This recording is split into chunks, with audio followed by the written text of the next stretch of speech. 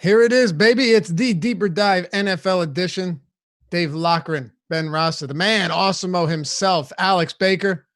And it's December 1st, first day of December, as a matter of fact, 2019, week 13 slate, kicking it off here on Sunday. I got a new background too, Ben. And I'll tell you what, here's how this happened. This is a flag. Let me tell you real quick. We'll get into it. We'll hit on our sponsor fantasy draft, and then we'll jump into this 12-gamer. I took down my American flag for the winner, and I said, you know what? Let me throw up a Sixers flag. This will be cool. And it's a big flag, and it kept hitting my neighbor in the head when he would walk outside. So so now it's on my wall. What do you say? Indoors. Okay. I respect it. Looks good. Thanks. Sixers are they're doing things, different show, but no doubt it's not a bad time to be a Sixers fan. Dude, Ben Simmons' defense last night in the last 30 seconds was spectacular, I must say. Alex Baker, how we doing, man? You are muted, my friend. You are muted. I'm sure you're doing great. Yeah, I'm good. It's good you clarified that that's the 76ers here, because I'm over here thinking, man, is that 7-up, 7-11? The 76ers, gotta love it. I got to blow up Ben's spot real quick, because last week he was the man of the week, got second in the Millie Maker, and congrats, Ben. Thank you. Yeah, it was a wild one, very close, so close, but no, it was a great week, and appreciate everybody. I've already said this, but a lot of people were rooting me on, and that does mean a lot. Yeah, and Monster Day, man. We've talked about it already, but very happy for you. I'm looking at myself, by the way. It looks like the 70s. I'm blocking out the 6, and my head is a perfect 0. So yeah, that's kind of cool. All right, so we will jump into this one. We've got a lot to talk about, plenty of time to do so. Then we'll turn it over to the Inactives report. Nolan Kelly and Sam Smith. And then Chris Spags, Josh Engelman are going to take you the distance up to the finish line. They've got for you the NFL Live Before Lock. Ben, before we do, though, big thing here that needs to be discussed.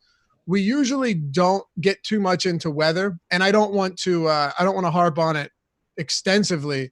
But you had mentioned to me before the show that this is a wild day from a precipitation standpoint. What are you paying attention to here? Yeah, I mean, it's tough because you don't want to overreact, but at the same time, if your quarterback and receivers are playing in the snow and the wind, those are elements that actually can derail games.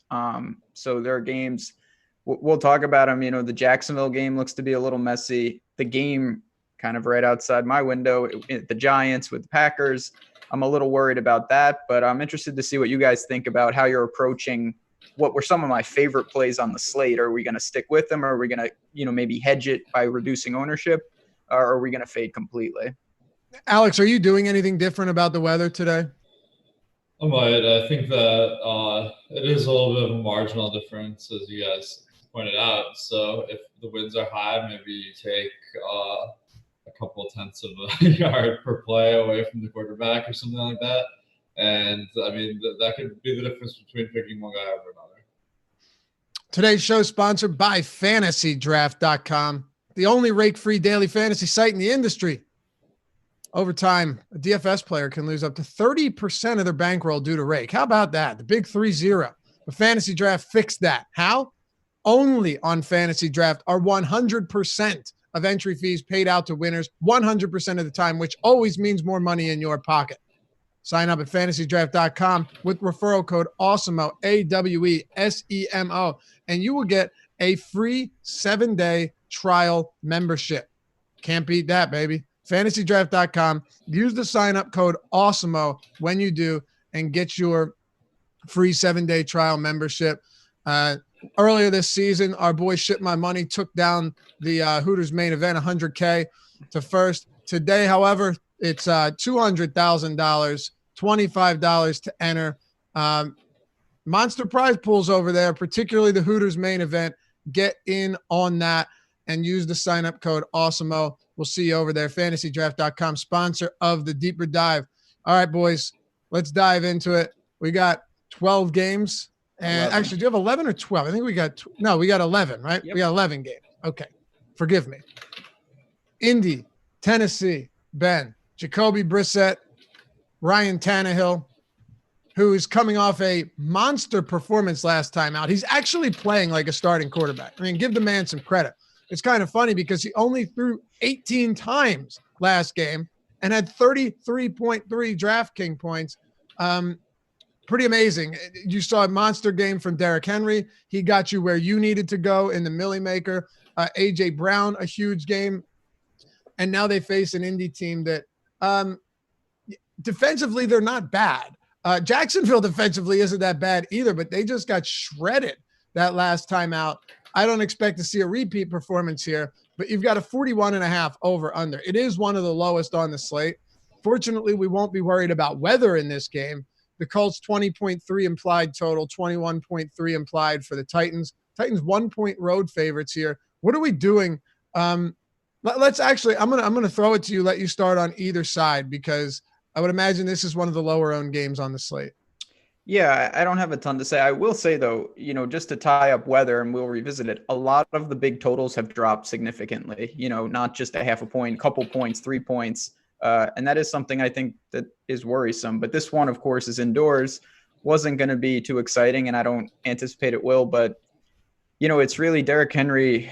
We know he's going to get the work. He's not going to be a huge asset in the passing game, but should be live for 20 touches once again.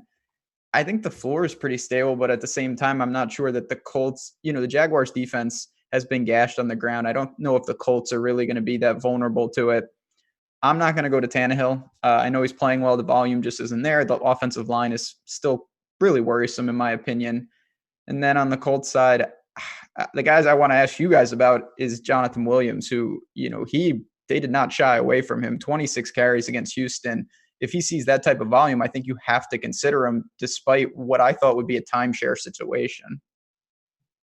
So we saw the Indianapolis Colts last week, Alex, without Marlon Mack, just go heavy on the run game. And it's not, it shouldn't be a huge surprise here. They lost by 3 points, but this game was competitive throughout. They ran the ball 26 times to Jonathan Williams. Nyheim Hines got in on the action, had 9 carries himself. So this team and Frank Reich clearly want to run the football. And I don't know if you see that change today unless totally necessary. Here's why. T.Y. Hilton is out. Eric Ebron just kind of said, hey, football's not for me. And now he's hitting the IR. So you've got guys like Jack Doyle and Zach Pascal and Chester Rodgers. I don't know if Paris Campbell plays. He has practiced all week in a limited fashion, but he's practiced. Nevertheless, they do not have many top-tier passing options on this team. And it's not to say that Jonathan Williams is a top running back, but here he is getting, him and Nyheim Hines combining for 35 carries in a loss last week. I think that, Jonathan Williams is in a high volume spot, but I'm not crazy about him this week. Indianapolis rarely passes to the running backs aside from Nyheim Hines. So we saw Marlon Mack only get targeted on about 12% of his routes. And that's about half as much as some other teams. So for fantasy, I don't really love the situation for running backs. I do like it more for Jonathan Williams on half PPR versus full PPR. So on fantasy draft, I would probably not be as excited about him as FanDuel or something. But I like the logic there that maybe they play to their strengths, and if their best guys are out, they run the ball more. But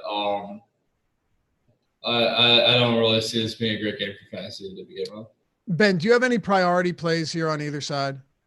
No. Really, Jack Doyle is someone, I think he opens up some value, but there are other cheap tight ends. Not sure you need to go to any of them. And in particular, I don't think you need to force Doyle. So I'm in line with Alex. You have two teams that I think want to run the ball, want to play somewhat conservative. And when you get that type of environment, despite being in a dome, I don't know how wide the range of outcomes is for these games to get up and down. Let me get your take on this before we move on. So last week we had a big discussion, and Manny Laura and I discussed this on Awesemo Radio, Sirius XM Fantasy, Sirius 210 XM 87. Check it out. Saturdays 5 to 7 p.m. Eastern, Sundays 7 to 9. We'll be on tonight breaking down and recapping all of the action from Week 13 slate. But one of the big discussions we had was Vance McDonald can legit give you a 0, right? And this was one of the most popular tight ends on the slate. Let's assume that Zach Ertz plays, and we're not talking about Dallas Goedert being uber chalk. And of course, we might know by the time the show gets close to an end. Let's assume that he plays. Jack Doyle right now projected for 20% ownership. I don't think Doyle has nearly as low a floor as McDonald, but there is something to be said for this team wanting to run the ball a ton. And sometimes you can just close your eyes and pick another tight end at his same price range that pretty much has the same floor and ceiling at much lower ownership. Yeah, I mean, this guy, just look at the targets, 4, 4, 0, and 4 in the last 4 games. Yes, I agree that his floor, I think, is a little safer than someone like Vance McDonald. But when you're talking about massive ownership, there are so many middling outcomes where he gives you a single-digit fantasy line where you can get away from that pretty easily, especially with the crowd kind of gravitating towards them. Anything else on this game, Alex, before we move on? I think that I think Doyle is probably going to be overrated because he was already on the field a lot with Ebron. And that's going to be a marginal increase in the amount he's on the field, maybe like 25% or something like that. So it takes him from being kind of out of play to being on the fringe of a good play. He's a little bit cheap, so I can get it. But I don't think he'll be targeted more often when he's out there. That's kind of a logical leap that I wouldn't take. I'd probably go to some other guys. And I think Mo Ali Cox is someone that has been a regular player in the NFL before, so I think that they won't hesitate to just plug him in for some of Ebron's work. Okay. Let's talk about the Cincinnati Bengals and the New York Jets. So, Ben, the Cincinnati Bengals, Zach Taylor said, we're going to pretend that this whole Ryan Finley thing was just an experiment. We're just evaluating him, right? That's what it was, of course, yeah. And they basically realized this guy is god-awful, and they don't want to be an 0-16 team. So Andy Dalton, who, mind you, was the word was announced that he was benched on his birthday. So they did him dirty in Cincinnati. It's a business. I get it. But here he is. He's back. They have a 19.8 total here. The Jets 22.8. They're 3-point favorites. And this game's got a 42.5 over under. I will mention to you this, though, Ben. The total on this game opened at 39.5. It's now at 42.5. It's actually come up 3 points. I don't know if that does anything for you, if that says anything to you, but I think this game is kind of fun to break down. And that total came up presumably because the Finley news, the Andy Dalton back at the helm, that just goes to show you how bad Finley is, that Dalton has added 3 points.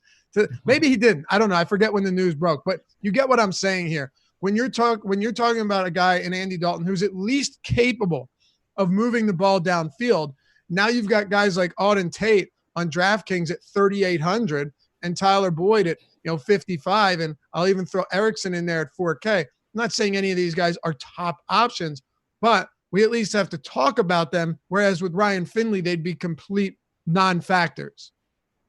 Oh, yeah. Look who you're talking to. This is right in my wheelhouse. 2 awful teams, even though the Jets are playing better. Andy Dalton is rightfully so. He's very, very cheap. He's $4,700 on DraftKings, very reasonable price across the industry. And you just mentioned it. Without AJ Green once again not in, all these guys, it's got to be an upgrade over Finley. They're very cheap. And, I always like, if you have a stack where your total salary with a 3-man stack is minimal, you basically are playing a pick'em around that. So if you get the stack right, you're running, your one-offs are guys like Christian McCaffrey. They're not cheapies. And that's a great way to build, in my opinion. Now, of course, the downside is that the Bengals are awful, but at home against the Jets team with a competitive spread, I have a lot of interest in the Bengals passing attack, despite what we all know is a risky situation. Is your hot take that the Bengals win this week? I mean, that's not a hot take anymore, because if I was right on all my hot takes, the Bengals would be in the playoffs at this point. But no, I think they have a fair chance to win this game. I have not bet it, but the spread, it's 3 points at home. It's less than a coin flip, but they're in this game, no doubt about it. And you got to look to guys like Boyd, Tate, Ertz. I have no problem with the Bengals passing attack this week. What about you, Alex? Are you targeting the Bengals with Andy Dalton under center now? I think they are better with Andy Dalton as the quarterback. He averages almost a yard more per attempt than Ryan Finley. So Ryan Finley a little bit disappointing. And I did notice that they started running the ball a lot more with Ryan Finley as well. So I expect them to regress more to be passing like they were early in the season at a high rate. And that should bode well for guys like Tyler Boyd. There is some potential that Joe Mixon, like for some reason, they just love giving him the ball, and I don't know what to make of that with Dalton. Will it continue being like that or not? But he could be someone that could be sneaky. But the one caveat is Andy Dalton is actually not as low owned as you might expect this week. And based on my top stack percentages, he's about twice as high owned at 5% as his chance of being in the winning stack at 2.5%. So that makes me a little bit cool on him. Okay. Yeah, I mean, it's a fair point. He's getting some ownership. He's really cheap, though, so it does make some sense. New York Jets pass defense, though, they're not good, but this defense also isn't, like, dreadfully bad either. 17th, right in the middle of the road, according to Football Outsiders DVOA. The run defense ranked number 2. So it certainly hasn't been the defense that's crushed them in most games this season. Alex, on the Jets side of the ball, are you looking towards somebody like Sam Darnold against the 31st ranked pass defense in the Cincinnati Bengals? Almost a 23-point implied total for the Jets. The big thing, too, is when it comes to the weapons on this team, if you'd like to call them that, you have Le'Veon Bell, who's been pretty underwhelming all season long and always appears to get pretty decent ownership. Today, you've got him coming in at Le'Veon Bell right now at 12% on DraftKings. And then guys like Crowder and Robbie Anderson and Ryan Griffin, who there's been a lot of buzz around them, even though that price tag continues to increase. Demaryius Thomas, we're waiting on the injury status with that hamstring. But I'm not saying these guys are great. What I am saying is Dalton can kind of spread it around. If you're targeting the Jets, where are you going here? Yeah, I mean, that's the problem is that there is not one receiver that really stands out from the pack. Jamison Crowder gets targeted about 20% of the time, which is the highest. And that makes it pretty hard to land on a stack because you're getting a lot of receivers that aren't very good values. So I think you can expect maybe Darnold has a better game than normal because Cincinnati is a weak team. I'm not very excited about stacking this game up. What about you, Ben? Are you looking towards the Jets here? Not in a ton. If I am going to be rolling some Cincy and I'll run it back with a guy like Le'Veon. The receivers are tough. In terms of Crowder and Robbie Anderson, I know Darnold's played better, but I still week in and week out, it can be troublesome with what he can give you. So I certainly feel most comfortable with Le'Veon. He's going to give you a high floor. It's not finding the end zone at a clip that I'd be happy with, but at the same time, if the targets can creep around 5, which hasn't always been the case either, he's going to give you a solid performance. But the Jets really are not someone I'm looking to force in. If I'm going to pay down, I would prefer paying down for the Bengals side rather than the Jets side. Who's your top play on the Jets? Would it still be Le'Veon Bell? It would. His floor is I know he's more expensive, but it's just he gets so much volume regardless of game script. I feel pretty comfortable he doesn't kill you today. And if he finds the end zone, it could be a very productive one. Okay. By the way, 7,300 on FanDuel is a little bit more appealing there. If you're looking, in that mid-range, opposed to $7,200 on DraftKings. Let me stick with you, Ben. Go to Carolina and Washington. Christian McCaffrey, this guy does not need to score. As long as he's on the field, he's going to put up points no matter what the Panthers do as a team. And you look at some of the performances he's had. I won't go on about it because it's this same way every single week. Outside of Jacksonville, this dude is just outside of the Tampa Bay matchups, he's been a 30-plus fantasy point guy every single week. Now, you're paying a premium for him, and you should have to, right? He's super expensive across the board. And, that's what happens when you're the best fantasy producer in the entire game. But you look at this at 10-5 on DraftKings, 19-7 on Fantasy Draft, 11K on FanDuel. I'm still finding myself getting to a decent amount of McCaffrey this week against Washington in a game where, despite not having a good quarterback, despite not playing particularly well of late, the Carolina Panthers are still 10.5-point favorites with a 25-point total. That should tell you a lot, given that the over-under is less than 40, and Redskins have a 14.5 implied total here, 10.5-point road dogs. How much Christian McCaffrey do you get to today, Ben? Yeah, I mean, so it's a combination that there's a lot of value on the slate, in my opinion, and that funnels you a little to him just because he's on kind of a pricing island. You know, when you look at, there's no Michael Thomas, there's no Kamara, guys like that. You know, the next Tyreek Hill on certain, you know, in DraftKings is $1,600 below him. I'm getting to some. I think you do it in cash, but I will say that he's so polarizing because even if he gives you another fantastic performance where it's, you know, 30 to 35 in tournaments, that doesn't have to, I mean, I don't want to reference just myself, but you know, on my team last week, I did not have him and he produced. It's not like he didn't, but you have so many permutations. If you sacrifice that cost, that the mid-range can make up for it, even if he does have an effective game. So I'm definitely getting to some. I'm going to use him in cash, but I don't think it's a must play, despite what is clearly the best player on the slate and the clear best DFS player right now in the league. Okay. I'm with you. I'm getting there. It's also a strange slate when it comes to running back because, you know, there's no Elliott, which I wouldn't even consider him top shelf right now, given his production all year long. There's no Dalvin Cook. There's a lot of guys that we would generally consider in the mix for top options, but they're not there, Alex. Christian McCaffrey, for example, on DraftKings, it's almost $3,000 more expensive than the next closest running back, and that's Nick Chubb, who finds himself in a pretty difficult matchup at Heinz Field, where the Browns haven't won, you ready for this, since 2003. But yeah, Christian McCaffrey is going to come in at a massive markup from anyone else at his position. Is it worth it to you? Yeah, I mean, I think he's a great player. Certainly the highest projected on the slate. And, I mean, it's going to be contingent on you really finding value that you like and still being able to get some sneaky players, because when you put in a guy like McCaffrey, that kind of hamstrings your salary. But he is exceptional. The one caveat I'll make is that we saw this last year. I mean, Todd Gurley, he was just unfadeable for weeks, and I happened to be on the wrong end of that. I faded him, and I lost my money. But Todd Gurley eventually came back down to earth, and it turned out that it was a little bit fluky. He was running really high, and he's a really good player, and I think that's what we're seeing with McCaffrey. So I think there is it's fine. It's like completely fine to not have him. I'm not going to take a really strong stand on this one, but I think that maybe people are over optimistic. So if McCaffrey goes for say 35 here, and you don't have him, you wouldn't consider that like a death spot, right? I mean, you'd still be able to. You would still think that you'd be able to come out of that one okay.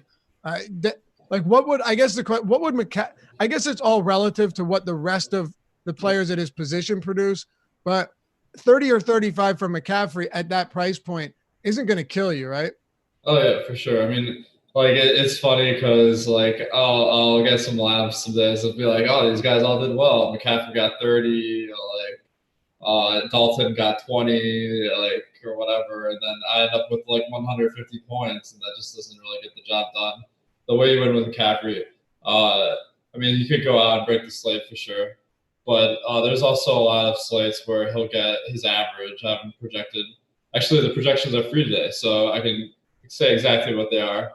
I've been projected for 29.5 points on PPR, 24.5 on half-point PPR, and what that means is that this includes the bonuses too, which is I'm not anyway. If he goes out and gets his average, I think that you're doing pretty well with that lineup spot. And if your value plays pay off, then you'll win a tournament regardless of whether he goes out and gets 50 or he goes out and gets 30. Okay. Yeah, and I mean, one thing here, Ben, is I don't want to spend too much time on this. We got plenty to get to, but when you look at that projection and then compare it to other players at his position, I mean, it's a pretty stark contrast there. You've got, let's see, Christian McCaffrey. As Alex pointed out, the NFL projections are free today, so go ahead and check them out if you'd like to get a look behind the paywall. It's a perfect time to do so. If you're talking about the running back position, you've got Christian McCaffrey at almost 30, and then Barkley is the second highest projected running back at 20.3. Oh, there's a gap, but there's also a gap in that price and what you need. So that's really what it comes down to, Laffy. You said it. Like McCaffrey, those 35 points that he gets, that could be incredibly, incredibly pertinent if the next batch of running backs all bust. But if two of those guys go for 30, it's going to be unlikely you had all three, and then McCaffrey's points are actually a detriment. And we saw that last week with Derrick Henry and Leonard Fournette. Exactly. That's the opportunity cost was too much to overcome. Big game from McCaffrey. You didn't have him in your second place Millie Maker lineup. No, I did not. Right. What are you doing about the pass catchers here? DJ Moore has been excellent in terms of workload, right? Like target share. I don't know what let me actually pull up his exact target share, but I can tell you this much. He's seeing, 9+ targets seemingly every single week. And guys like Curtis Samuel have come, I don't even want to say come down to earth. The performance there hasn't materialized. DJ Moore on the season has a 25% target share. That's pretty good. And a 31% market share of air yard targets. Those are solid, man. And I guess the question is, going up against a corner who was benched and then not benched in Josh Norman last week, I'm seeing that DJ, you know what? Maybe he won't. Maybe it'll be Quentin Dunbar. Pro Football Focus doesn't have this as a spot where Norman's going to be on him. Is Norman even playing? Is Norman out for this one? I have no idea. I don't think it, for someone like DJ Moore, I'll say for me that I don't worry about it. Right? Yeah, it doesn't matter to me. As you said, 6 straight weeks of 9+ targets. I don't know why that changes. To me, Carolina's one of the easier teams. If you don't want to pay all the way up for McCaffrey, DJ Moore is a, kind of a salary saver relative to CMC, and he's fantastic. Another guy, really high floor, been producing week in and week out, and I don't know why that would change with a favorable game, 10.5-point favorite at home against a Redskins team. Yeah. So I don't think he's playing. It doesn't. I don't really care about that. You just keep giving me the workload. What are you doing with the pass catchers though, outside of DJ Moore? Do you think there's enough work to go around here as 10.5-point favorites? For me, and I'll pass back to you guys. I don't. Carolina's not a team where I have much interest in Kyle Allen, and when I'm not getting to him, I don't think there's a need to really take a shot with someone out of the two big names of McCaffrey and Moore. What about you, Alex? Carolina pass catchers. Moore is really the guy to be excited about. Samuel is a little bit overpriced right now, and Olsen as well, like kind of a spend up option on some of the size at tight end, but on FanDuel 5,100, maybe Olsen's a better play. Go ahead. I kind of like the Kyle Allen stack though. If everyone's high on McCaffrey, then maybe taking McCaffrey, Moore, and Allen in the same lineup, you kind of get a bank on some of McCaffrey's upside, and if he has a big game, then maybe you'll win with Allen. What are you thinking about Washington, if anything? Would you run back a Kyle Allen stack with a Terry McLaurin? Is there anything here that interests you whatsoever? Paul Richardson, by the way, has been ruled out. We knew that for a few days now. So, they were already limited. They're even more limited here. Chris Thompson is expected to be back for the first time since week 6, which is kind of interesting. But, Darius Geis is in the mix too now. And Dwayne Haskins looks like he belongs nowhere near a professional football field outside of, maybe serving something at the concession stands. He has really, really struggled to start. They haven't exactly packed his team full of weapons, so it's hard to, blame it all entirely on him. But I don't really see how you get close to Dwayne Haskins here or many players from this offense. For sure, yeah. Dwayne Haskins is getting the job done, and then at running back, they're going to have a 3-man rotation. I'm assuming Wendell Smallwood is inactive, and then Chris Thompson just slides into his role. Maybe takes a couple more snaps, but that makes me not interested in any of the three. And the one play from the Redskins I am interested in is the defense. I think that they're extremely cheap. Kyle Allen is not a great quarterback. It's not hard to imagine some turnovers here. And that'll help you fit in some guys, and it'll be super contrarian because a lot of people will be on these Panthers players. You have any interest in the defenses here, Ben? Panthers, highest priced defense on the entire slate. Redskins are down there at $2,500 on DraftKings. Yeah, for price point play, I'm in line with Alex. Not, I don't worry about like funneling to a defense, but I had a couple lineups that I've built so far that ended up in that range, and the Redskins were certainly, I felt pretty comfortable clicking them in. Ben, what about the Niners and Baltimore Ravens? I personally think this could be like an instant classic. Maybe it'll disappoint, but if you like watching football, this certainly feels like one that you should have on throughout the day. Ravens 5.5-point favorites at home. That just goes to show you how dominant they've been as well against a very good San Francisco 49ers team. 45.5-point over under, 25.5 implied for the Ravens, 20 for the Niners. Niners traveling that West Coast to East Coast, man. We've seen that affect some teams, but I wouldn't necessarily look at this as a big issue today.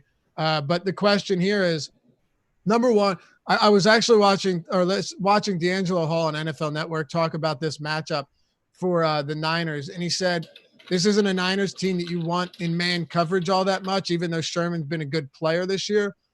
And when you have someone like Lamar and you're trying to keep him from running, you have to move those safeties up, and then you're putting them in man coverage more. So it's funny, like even if the Ravens are doing a good job of containing him on the ground, now you're going to open things up for him in the pass. And if they're taking away the pass, he's going to run on you.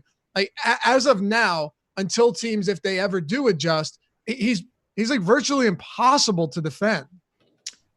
Yeah, I mean, right now, the one thing I'll say about the Ravens is I want to see a team. First of all, I like the Ravens, so I hope they just do this forever. And by the way, to be clear here, I'm not paying for Lamar Jackson. I just don't think he's exactly going to be snuffed out in this game either. Yeah, I mean, I want to see what happens with, I know he's a different player, but the Chargers, the second time they saw him in the playoffs, they really handled that. Pass rush, can he play from behind? Because right now they get out in front. He has all the options ahead of him, and he's so dynamic. You can't replicate his running abilities from a DFS standpoint. You just don't have other quarterbacks that can really give you the 100-yard bonus. That's just impossible to replicate. And you're talking about legitimately, that's like 3.5 extra passing touchdowns. So I totally get going, Tim. Now, this Niners team with Bosa and the gang, they're going to get pressure on him, but does that funnel him more to run? Right. I mean, when I roster Lamar, I'm hoping he's carrying it as much as possible. The passing, the stats, they'll accumulate on their own, but that's not why you roster him. So it's an interesting dynamic of how this game will unfold. The good thing about Lamar, too, is you can run him alone. You have Hollywood Brown and Andrews, but I honestly don't know how much I'll get to just as a product of, I think this game could be kind of grinded out, and I'm not sure how much we see effective running from him. Yeah, I don't think I'll have all that much. I will say, though, last season, the Chargers did an effective job of containing him, but don't you think there's also something to be said for he couldn't throw the football back then? He's a different player. There's no doubt about it, but I also think that teams will find ways to at least marginalize that. Right now, he's unstoppable. That won't always be the case. Right, and I don't disagree with that. It's going to be difficult, though, Alex, and they're 5.5-point favorites at home. So just a good Ravens team that is legitimately stomped on every decent team they faced. Tom Brady and the Patriots, Deshaun Watson and the Houston Texans. Can they do it again today against the San Francisco team that's lost one game all season? And I believe that was in overtime. I mean, yeah, I think it's completely plausible. It should be a good game. I don't think it will be good for fantasy. There just really aren't many plays aside from Lamar Jackson to get excited about. On the San Francisco side, Baltimore they run a lot of plays and they play at a slow pace. So like the problem is, I mean, each team gets an equal number of drives, but because Baltimore runs the ball more, they have longer drives, and that means fewer drives per game and fewer plays for the 49ers. So I'm expecting all of them to be taking a hit to their performances. I think if I'm going to one, George Kittle looks like a nice option because he was banged up all season, and then he came back last week and had a little bit of a bigger workload than he had been seeing. With a broken ankle. Oh, did he really? I mean, seriously, yeah. Apparently he was still playing on a broken ankle and had 100+ yards and a touchdown. That's incredible. Well, if he can get it done with that broken ankle, I guess I'm not too worried. So I take some shots on him. Lamar is someone I would avoid because I think it's a disadvantage from a strategic standpoint. I think that there aren't any good options to pair him with because everyone's pricey, like Brown and Andrews. And then you're in a spot where you have to pick two players right if you don't stack them instead of one. Ben, let me ask you this. The weather here is not going to be pretty. You're going to get a lot of rain, and that's going to be throughout the entirety of this game, right? So if you're looking at it right now, just pretty much the entire there's no chance that this game isn't covered with the precipitation, but the over-under hasn't dropped even a half a point since it opened. No, and I think that's what, Vegas knows what they're doing. And I use them for things like this, and I'm not nearly as worried about it. Now, little things, I do think it makes a difference, especially when we're talking DFS, because we're more concerned about individual players. And I do think the environment could be marginalized for guys like Hollywood Brown, maybe some of the deep threats. But Lamar, it comes down to really he's to me the only quarterback that can absolutely break the slate because he can do things that no one else can. I don't think that happens here, and I'm comfortable if it does to maybe have only one or two outs in terms of viable teams with him. Right. But that is the concern. There are no other quarterbacks that can give you 150 yards and 2 touchdowns on the ground. Do you have any interest? Alex kind of touched on guys like Kittle, and I'm with you. I don't have an issue with Kittle. Do you have interest in anybody? Marquise Brown, Mark Andrews, George Kittle, Deebo Samuel, Manuel Sanders, anybody here? Oh, and by the way, Matt Breida is officially not going to play, or he's not expected to play. I think he's all but like officially ruled out. Yeah, I think he's is he officially now? I saw earlier that he wasn't going to play or wasn't he's not playing regardless. Yeah. And for me, no, I don't have much. I'm with you guys. I don't mind taking a stab with Kittle, but honestly, this is a game I don't mind taking some Ravens defense. If you think that I like that. What they've been doing, Jimmy G is someone he'll if he's forced to play catch up, I feel very confident. And we know I'm not giving Marcus Peters all the credit, but my God, have they looked good since they've got healthy with Jimmy Smith and him. So I don't mind doing that as a way to leverage against not playing any Niners players. They've been insanely good defensively, man. Disturbing. What'd you say? Disturbing. I know Lamar's been unbelievable, but the defense has cooperated as well. They've just absolutely crushed everybody. Yeah, when you have a guy like Marlon Humphrey that can take away your top guy, and then you've got Marcus Peters, I mean, they've been, like you said, it's been frightening. The way I see it too, and I don't want to spend too much time here, but I'll just add this. When you go out, you hold, and I'm not saying Jared Goff is particularly good. Actually, it's been a pretty bad season for him and the McVay-led Rams, but you win 45-6 in LA. Then you host the Houston Astro. Third time's the charm. The Houston Texans, 41-7, crush them. Cincinnati, 49-13. Patriots, 37-20. Ben, these aren't competitive games. That Seattle game looks more competitive 30-16 than it was. Russell Wilson and company didn't even have a chance. No, and we'll see what they can do today, but it's been incredibly impressive. There's no way to say anything else. Alex, Jacksonville and Tampa Bay. Let's get into it, man. Here's a game that I think we'll definitely see its fair share of ownership. Tampa Bay is a 2.5-point road favorite, 24.8 implied, 22.3 for the Jags, and a 47 total. Among all of the teams going on this slate, it is the third highest over-under behind the Raiders-Chiefs game and behind the Rams-Cardinals. What are you thinking here with Nick Foles at home? I know he's going to get some ownership. The one thing that stands out to me is there actually are some weapons you can target outside of Fournette. DJ Chark's having a great season. D.D. Westbrook, while he hasn't been great, he's still getting the opportunities. He just isn't getting many deep opportunities. He's more of a possession guy. And Chris Conley clearly has a rapport with Nick Foles. In the 2 games that Nick Foles has started since returning from injury, Conley has a combined 17 targets and has actually been targeted 7 times or more in 5 straight games. So I don't think the pass catching options are all that bad here. Should be some ownership at the top, but probably looking to be a shootout. What are you thinking here with the Jags? I'm not super high on them. I saw some pretty ridiculous props for Nick Foles. But this defense in Tampa isn't bad. They've a lot about average passing yards, and they're above average versus the run. So that makes it a little bit unencouraging for Jags players. But I do love the workload Leonard Fournette gets, because if the Jags excel today, it's very likely that he has a huge game. And having a guy that's just a workhorse on a team, even if it's a bad team, has a lot of value. Ben, what are you doing with the offense for the Jags, including Leonard Fournette? Yeah, it's an interesting team because, I'll tell you this, if Nick Foles is throwing it, 47 and 48 times in recent weeks, if you give me that, and yes, I will be stacking them up. I can't imagine that volume is consistent, especially if they aren't trailing early like they have been. And Alex kind of alluded to this, Tampa is much stronger against the run. So I do think they take away Fournette on the ground in particular to an extent.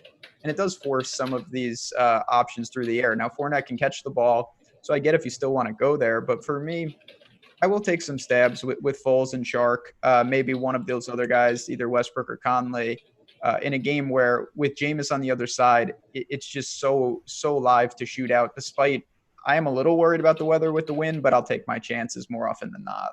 Okay. Yeah. I mean, if we're fading weather games on this slate, you're better off not playing. Yeah, you have nothing left. Right. I think for me, a lot of it depends on what Foles ownership comes in at. And I expect him to certainly have some ownership here on this slate. Right now coming in at 8.3% on DraftKings, 4th highest. Not bad.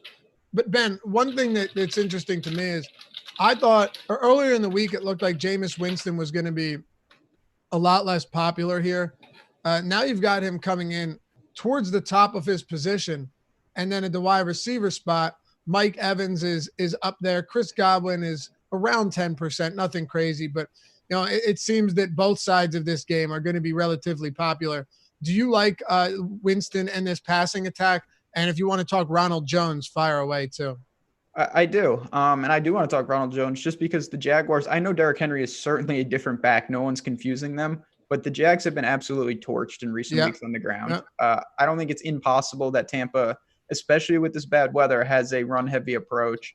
And to me, this game is much better in stack or full fade just because of the weather. So if say there's no weather, I want as much exposure because I really like the game. Say I'm wrong and it's incredibly windy and it's bad and it's, a 10-3 game. Most likely I don't even want a one-off. So for me, it's going to be a pretty polarizing situation of what I do with the teams. Okay. So right now, interest in Ronald Jones is actually pretty high. Yeah, absolutely. I think he makes a fine, we have other backs. We'll get to Miles Sanders and whatnot, but he should have every opportunity in a game like this against a defense that's really struggling stopping the run. I ran a crunch earlier this morning, and I ended up on around 15% Ronald Jones, which I can assure you, and this, is a lot more Ronald Jones than I would normally get. Yeah, about 15% too much. I know you well with that, but it's hard. I feel pretty comfortable with it, not going to lie. I don't hate it either. Alex, who are your top plays from this game on both sides? If there's not much you like, that's fair too. So one thing I will mention is that if you buy into this wind aspect of the game, you should be betting unders for these quarterbacks for sure, because the lines that sportsbooks are putting out are really high, and if there's a big advantage there, you can take advantage, not necessarily in DFS. But I'm not really an expert in weather. I imagine it hurts a little bit. And that kind of stinks because Jameis Winston is my favorite quarterback week to week. I still really like the spot because it just makes such a nice stack with Evans, Godwin's, or both. And that's come through like so many weeks. So I see a lot of reason to just keep it rolling. And then maybe Ronald Jones as the sneaky alternative. I can assure you, I very infrequently get Mike Evans or Chris Godwin accurate. I swear to God. I mean, every week, you know, there's really no telling. And you can look at matchups outside of, you know, when Evans is going up against Lattimore, it's been very difficult for him. But aside from that, it hasn't even mattered. It's so difficult to pinpoint them, but they both have monster upside. You know, they're literally two of the best fantasy wide receivers in the league this season. You know, they both have 1,000-yard seasons. So, yeah, it's tough. From a fantasy point perspective, they rank second and third, respectively, in fantasy points. Godwin second, Evans third. Receiving yards, they rank second and third. Godwin second, Evans third. Ben, I know you talked a lot about Ronald Jones. If you're going to one of Godwin or Evans, are you just flipping a coin, or is there someone you like more? I mean, the answer to that is both. I think it's a coin toss. If I had to pick one, it would be Evans. Just that's kind of my preferred guy of the two. Okay. Keep it moving here. Let's talk New York Giants and Green Bay. Ben, is there weather in this game that concerns you? Yeah, this is the one for me right now. I'm most concerned about. You got snow, possibly wind. We'll see. I mean, we still have a couple hours, but add that and the fact that Davante Adams was at the top of my list. I think he's in a fantastic spot. You've got Aaron Jones. Saquon is an interesting against the grain running back play. I like the game. I just don't like the environment. I don't know if I'm going to let it take me off of Davante Adams. How much do you think this affects ownership? I know it's a tough question to answer, but I also think it's one that we should probably try to answer, because if Davante Adams, if we see him far less popular because of the weather concerns, then, I mean, that's really hard to say, I don't want any of him. So I'll say this, and of course, do I know this? No, but I think most people, when you have one game with weather concerns, it actually dramatically impacts ownership, because everyone's like, you know what, I'm not going to mess around. I don't want to lose. Right. With a slate like this, there's problems all over it. I think it kind of like overloads people's system, and they kind of just stick with it generally, because it's like, oh, well, this game's a mess. This game's a mess. So I don't think people are going to be that deterred by it unless one of these games emerges as like the have to stay away. Okay. Alex, what do you think about weather in this one? So I'm pulling up the radar now so I can really give updated prediction here. But I think that unless the precipitation is pretty heavy, like it won't make a huge difference. Right now, it looks kind of like there might be small periods of heavy rain or moderate to heavy rain, but mostly kind of light rain. So I don't know if that will really move the needle for me. Okay. So if it's not moving the needle, then what are you targeting here? Saquon Barkley is it looks nothing like himself, to be honest, since he returned from that high ankle sprain. But I'd be lying if I said this wasn't a pretty enticing spot against Green Bay's defense, where the one aspect of their D that's been inferior this season has been on the ground. He's going to get some ownership, nothing insane, but he's up there. Davante Adams, right now we still have him projected as the highest owned player on the slate. So a couple of guys in this game that right now you should see, actually he's come down below the Christian McCaffrey. What are you doing with both sides of this one, Alex? I mean, that's absolutely shocking that Davante Adams is the highest owned player, because I mean he's a great player, and he should be pretty heavily owned. But there's so many like great plays on the slate that I think are better. It's hard to really break it down fully in the context, but the Giants defense, first of all, it is a really good matchup. So they've been giving up more than a yard per play more than other teams. So that's a nice boost for Aaron Rodgers, who hasn't been having an exceptional year as far as yardage per attempt. So I do like the Rodgers Adams stack, but I think if Adams ownership is that high, it's very fadeable. Okay, Ben, close this one out. Aaron Rodgers, Devontae Adams, Saquon Barkley, no Golden Tate. I do want to make sure we spend enough time here. It's a pretty important game. Golden Tate sidelined with that concussion. You've got Sterling Shepard back for the second game since missing, 6 weeks. Darius Slayton has been pretty heavily involved with all of these injuries. And then another big injury, Evan Ingram. He's out of this one with that ailing foot. So you've got no Golden Tate. You got no Evan Ingram. Two of their top three pass catchers are out. Rhett Ellison, for whatever that's worth, is out. So that means Caden Smith is likely going to see some opportunities. Only 17 yards, but he had 6 targets, caught 5 of them with a touchdown. Let's kind of thoroughly navigate through this Giants team where Saquon Barkley is going to be popular and they're down 2 of their top guys. Yeah, absolutely. And we had in chat, Keith mentioned the super chat about Caden Smith, which we do appreciate. I don't know if I'm going to get there just because of a product of guys like Doyle and Higbee on the slate. But outside of Saquon, somebody is going to have to step up if you think this game – now, if you think the game is just derailed from weather, then you don't have to worry about this. But if you like the game and you want to target someone, the Giants have limited options outside Saquon, and even he has not been nearly as effective. So I don't mind going to somebody like Shepard. We'll see where he operates, but he's getting consistent targets, and he should be involved today regardless of game script. I still, again, similar to what I said earlier, this is probably a pretty polarizing game where I stack up when I can, run it back with either side, maybe like a 3-1, or don't touch it at all because the weather has me thinking more all or nothing in these spots. Okay. I don't know. I whenever I let weather affect how I build lineups, it goes poorly for me. But yes, there's no doubt that this slate is it's definitely, I won't say difficult. It's different though. There's a lot to be said for weather. I mean, it's not just 1 or 2 games. It's a lot. I still like Barkley here. I still like Devontae Adams. And one of the reasons for that too is when you look at the pass catching options on this team, hell, even if it is raining, like how much do you think MVS and Geronimo Allison and Alan Lazard are actually going to get? Even if the weather's bad, I think Devontae Adams is still going to get peppered with opportunities. And, that's what I'm playing him for. Finally, what about the run game? Aaron Jones, Jamal Williams. First you, Ben, and then Alex, and we'll move on. So I have no problem with Aaron Jones, despite, it's usually like a 2/3, 1/3 kind of thing. He's shown multiple weeks with just absolutely monster blow up ability.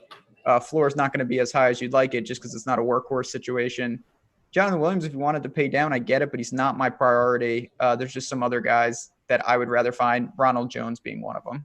Okay, how about you, Alex? Aaron Jones, Jamal Williams in this Packers backfield. So I think the matchup is it's okay. I mean, the Giants have been actually pretty good versus the run this year. The workload isn't that good. And people's estimations of Aaron Jones are kind of based on some touchdowns that far exceed what you would expect given his yardage. So I think that I'm pretty off the team. I think the Packers are pretty overrated. I mean, I know they're 8-3, but they're average running the ball, average passing the ball, and average on defense. So I don't really I'm not going to get too excited about them. Okay. We'll stick with you then, Alex. Miami and Philadelphia. This game not in Philly, so the weather certainly won't be an issue down there in Florida. Philadelphia Eagles, despite Carson Wentz's complete ineptitude at the quarterback position, and I'll be fair, wide receivers running the wrong routes and having names that no one's heard of before, as Ben would say, creative players, that doesn't help him either. But he's missed some very easy passes. It's been tough to watch as an Eagles fan myself. But you've got them going into Miami, 10.5-point favorites. They've got a 27.5-point implied total. That is the second highest of any team on this slate, really any team in week 13. 44.5 over under. Let's start with the Philadelphia Eagles. Alex, what are you doing with the likes of Miles Sanders, and Alshon Jeffrey, who is back, Nelson Aguilar. The big question, though, Zach Ertz is expected to play, right? He's got the hamstring injury, but he's expected to play. Hopefully he's not limited here. He's very expensive, though. And by the way, for anybody saying that, there were a bunch of comments on Twitter, I'm not making this up, about it being a Jay Ajayi revenge game. Can we please just settle down for a second? They traded him to the Eagles in the year the Eagles won the Super Bowl.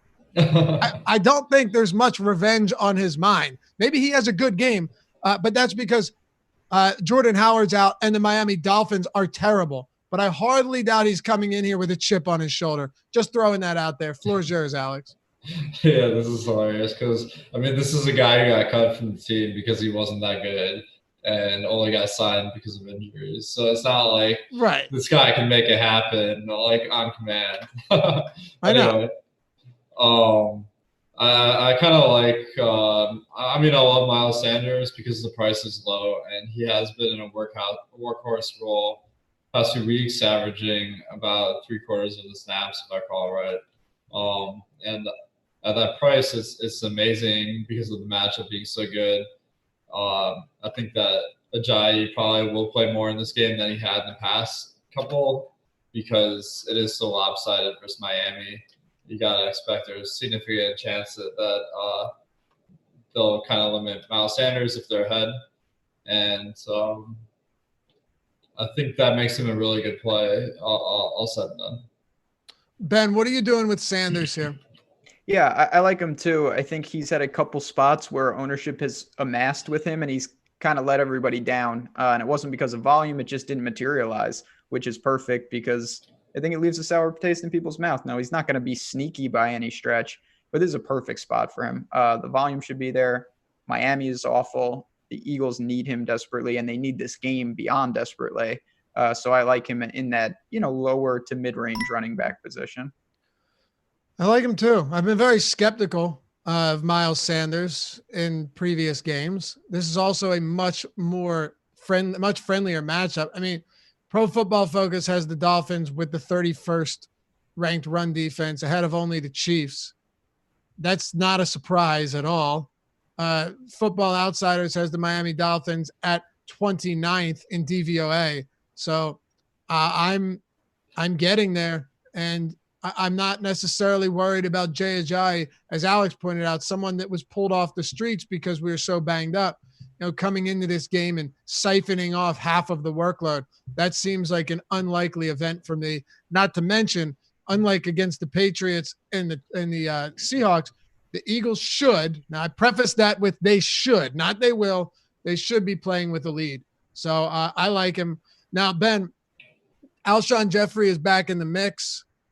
Last week he was cleared and then didn't play, so I really don't know what's going on with the guy. Aguilar's playing, unfortunately, and Zach Ertz is expected to play with that hammy. So Dallas Goedert, if Ertz was out, Goddard would have been, I would assume, the chalkiest play on the entire slate. Yeah, very possible. I'm kind of indifferent to the pass catchers. There's a lot of, I feel like, middling targets to go around, and that can disperse it a bit. Alshon probably my favorite of the bunch, but for me, it's a pretty Miles Sanders, and then I'm moving on for the most part. Me too.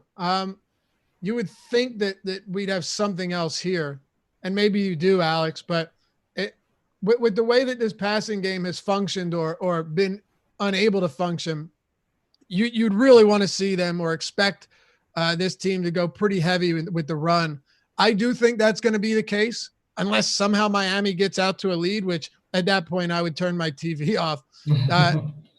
Does Jeffrey or Ertz, expensive Ertz, by the way, $6,700 on DraftKings is a lot.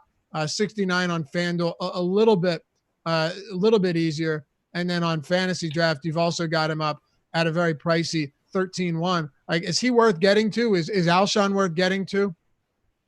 I think there is some question about the playing time coming off the injury. So I think he might be more of a GPP play for me. I actually think Miami's defense isn't that bad. They're a little bit below average in the run and kind of bottom 25% in the pass, but they're not as bad as the Giants or Bengals on the slate. And I think that it's going to be hard to land on any of these guys because of the prices. Maybe Ertz on FanDuel could be good. But the one thing I will mention, just because we don't have news for sure, I think Zach Ertz said he was going to try his best to play or something. But I don't think it was 100% certainty he's going to be out there. If he is out, I think Goddard will be really overrated because this is a guy that was already playing like all the game in the past couple of weeks with all the wide receivers out. So I don't think it'll make much of a difference for him, Ertz being out. Okay. I will say, I think one of the reasons Miami pass defense might not have looked awful is because teams are just going run heavy against them, averaging the third most rushing attempts on the season. Whereas they haven't really been forced to go heavy in the passing game, but I don't know when they have, it feels like it's been a relatively easy go of things, but I just don't like the pass catching options for the Eagles. It's not as much the Dolphins defense for me. Ben, is there anything else in this game? Well, actually, I'm sorry. Let's talk about the Miami Dolphins. I almost forgot. Devontae Parker is playing pretty decent football, actually. He's got double-digit targets in 3 straight games. He's been productive. And then now you look at Allen Hurns. He was, I believe, in your Millie lineup last week. He had 7 targets, caught 4 of them for 42 and a touchdown. Albert Wilson is getting the snaps, finally beginning to see some opportunities, 13 targets over his last 2. He has practiced in full. He doesn't have an injury designation. Jakeem Grant on the IR, just kind of rounding out what this roster looks like from the pass catching roles. Mike Gesicki as well has been a little bit more involved. And, the run game is terrible. I mean, Kalen Ballage is the worst running back in the league. Like, hands down, by any metric, you're going to be hard-pressed to find anyone that's worse than him. And then you've got Patrick Laird, who is, well, his name's Patrick Laird. So give me your take here. And let me also say, before I throw it to you, the Eagles defense has been a lot better lately. Like, Jalen Mills has been very good. It has. And that's why I have tepid interest in here. I think that Parker is the obvious if you're stacking to run it back with. Wilson may be a more boom bust, and he's cheaper for kind of a dark horse, in a Millie type style tournament. He has such explosive upside. He can catch a 70-yard or screen pass something. But it's not a team that I feel too confident in against the defense that is playing a little better. So going to be basically just one-offs for me with a receiver here and there for the Dolphins. Let's say you were stacking them and you wanted to run it back. Who would you be running it back with? Would it be Devontae Parker? Yeah, preferably. And if I needed a salary saver, I would take a flyer on Wilson. Okay. Yeah, me too. Are you interested in anything from Miami, Alex? Yeah, I think Parker, he's been having a good year.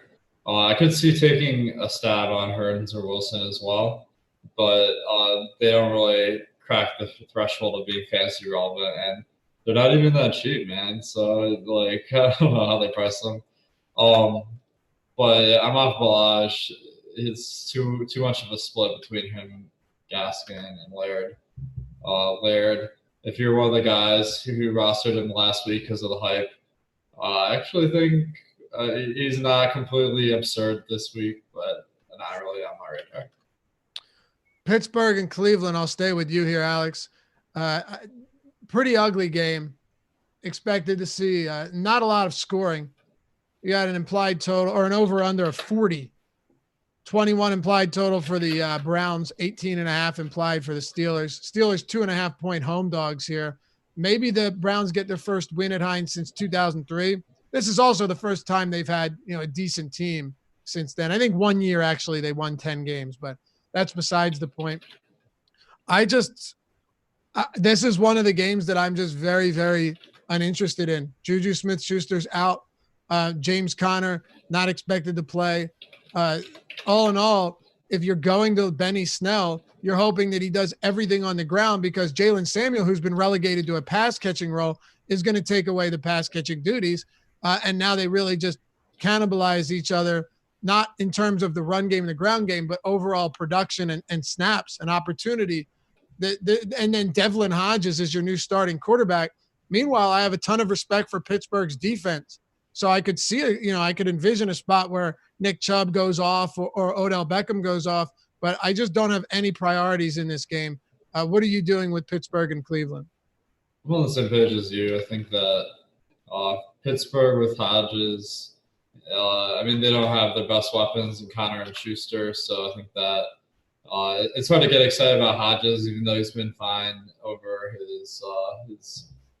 the snaps he has played, averaging 7.9 yards per pass. But on Cleveland's side, I think Chubb is getting his workload reduced because of Hunt, and that makes neither of them really appealing until the prices come down. Ben, what about you?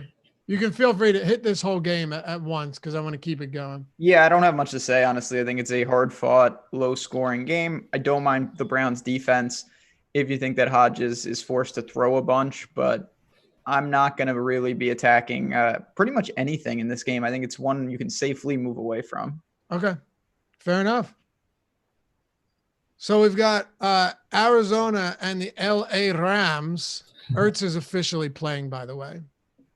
I don't know if he's going to be limited, but I don't know if they even need him in this game, but with the way they played, they might. Rams and Arizona Cardinals. Ben, I think this is a spot, and maybe it bites me, but I think this is a spot where Jared Goff finally does bounce back, and we begin to see, a semi-respectable performance from him in this offense. Now, I'm certainly not the only one there, but I do think there's a decent amount to like on a team that actually has good pass catching options. We can get into where we're at on Ty Gurley too. I don't have a ton, but yeah, Jared Goff actually not projected for a ton of ownership. The last time we ran these ownership projections, he was actually, you know what? 12 minutes ago, we got an update. So we'll see where he comes in now. Jared Goff is coming in around 6th or 7th at the position. Still, you got Cooper Kupp. I think you get a bounce back performance here. He has been pretty awful as a product of Jared Goff and some tough matchups, to be fair. Robert Woods, Brandon Cooks. And the big thing, I want to start with this, and I want to know where you're at. The big thing here is Tyler Higbee, $2,500, right? Minimum salary. What are we doing with Gerald Everett out? Another guy who you love to get to Higbee right now. He's projected for a ton of ownership because he's dirt cheap, but he also has a super low floor. In tournaments, are you getting to a lot of Tyler Higbee? So, yeah, I mean, it's a situation when I get to him, and I definitely have some, I just want to be cognizant of what I'm doing because him and Christian McCaffrey are going to be strongly correlated. Him and other various types of where you funnel to certain salaries are going to be correlated, and that's how you get into trouble. So I definitely like the spot. I mean, he's dirt cheap against the Cardinals. We all know that. And I'm with you with Goff. I think Goff is going to garner probably more ownership than he honestly should, but I still have some interest, similar to what we talked about with Dalton.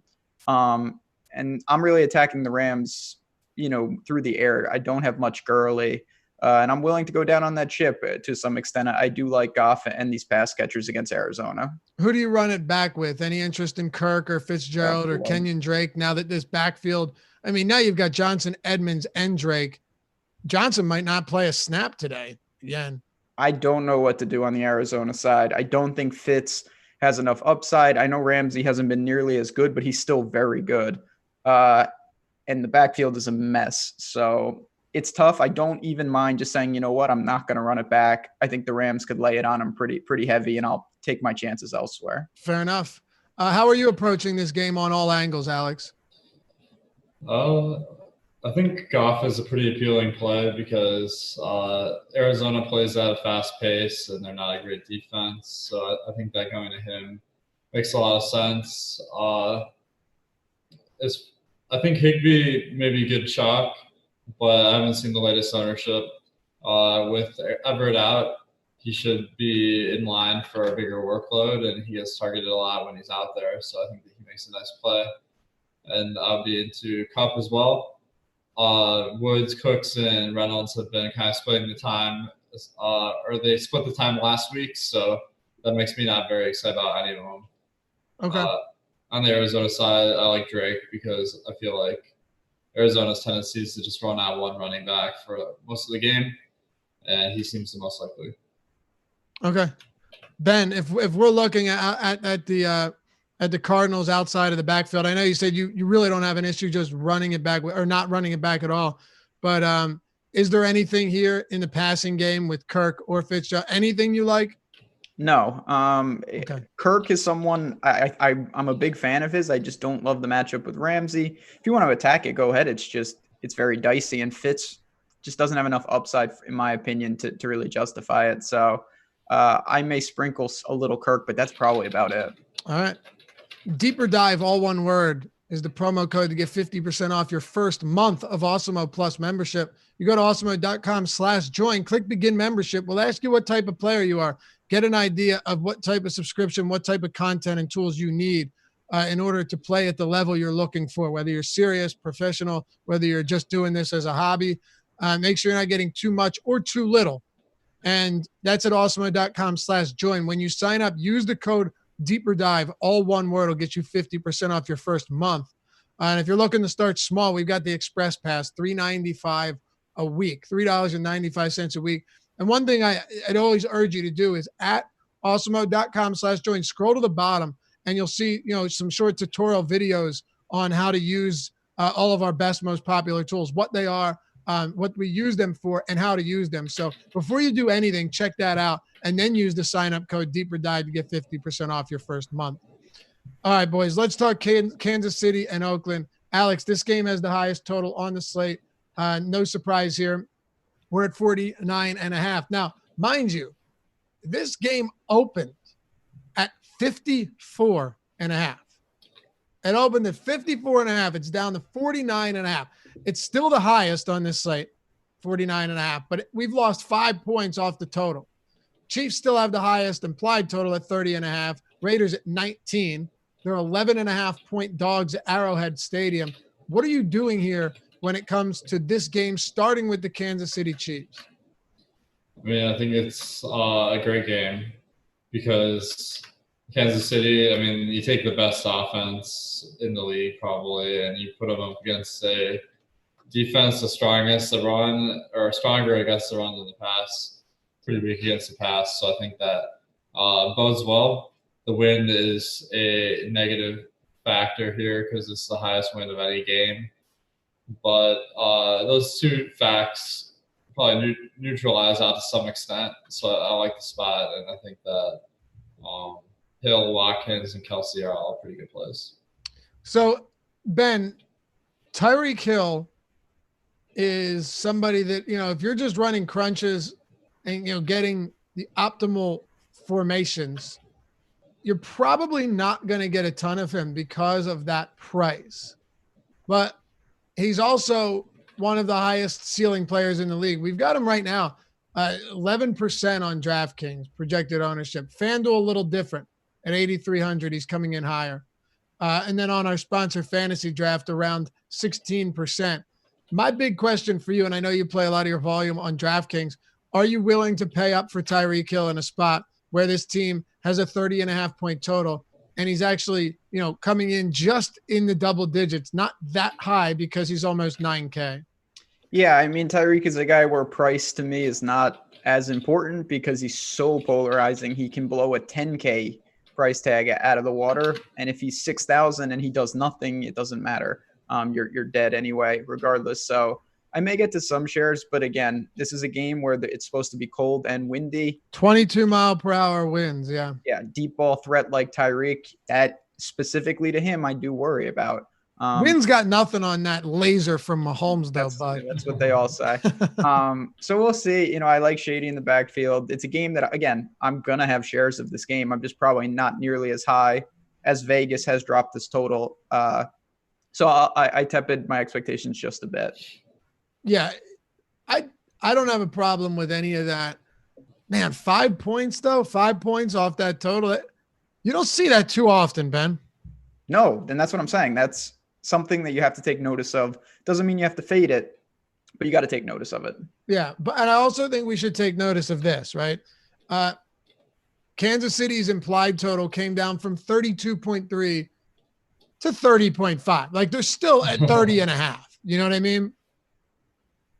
Oh yeah, I know what you mean. I just, we're going to see. And that's why I'm probably going to stack these games maybe a little more than having one-offs, because it's going to be idea. All or nothing situation in my eyes. I like that. That's a good call.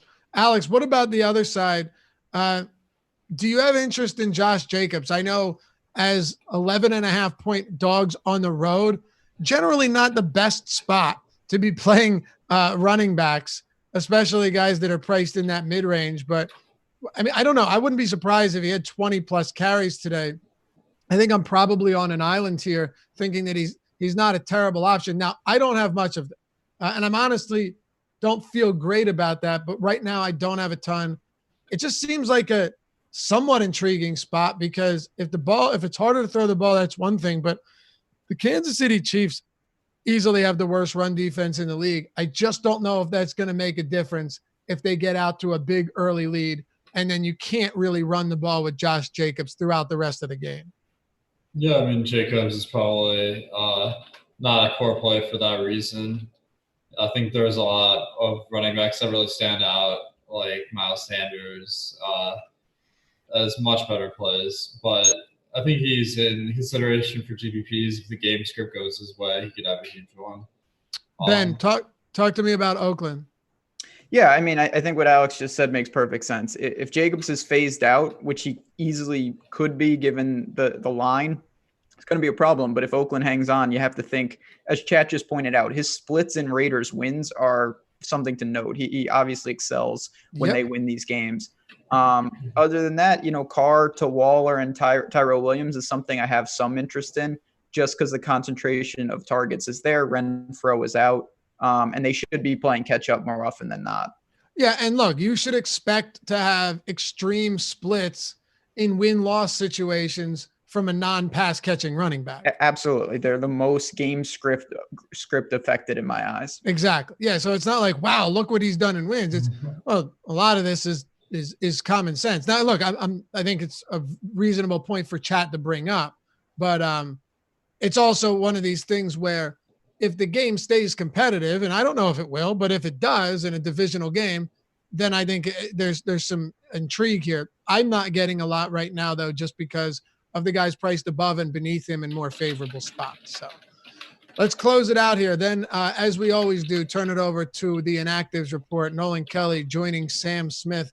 They're going to give you Inactives with all of the breaking news and fantasy implications, and they're going to run it up to 12 Eastern time, where Chris Spags and Josh Engelman bring you the Live Before Lock show up till 1 p.m. kickoff. Don't go anywhere. Stay right here on the Awesemo channel. We got everything you need over the next hour and 40 minutes. We'll close it out with the Chargers and the Denver Broncos. Alex, what are you doing with a game that has, first of all, Drew Lock activated from the IR. He's starting and is expected to be the starting quarterback for the rest of the season. And there was a report earlier this morning that they don't want to, but if Phillip Rivers has another game like his last one, and they had a bye last week, but if he has another game like his last one, they might consider benching him. So some crazy situations happening right now between the Denver Broncos and the Chargers. It's hard to really like anything all that much from this game. Has a pretty low total as well. Actually, the lowest on the slate at 37.5. And what are you doing here? So I think that although Rivers had that abysmal game on TV over the season, he hasn't been terrible. Averaging 7.7 yards per attempt is about average. Denver's defense is a little bit stronger than average, but that's ending up in a situation where maybe you can consider some of these guys. But I see the price tags are pretty high on Keenan Allen and Hunter Henry. So I might fade them based on the price.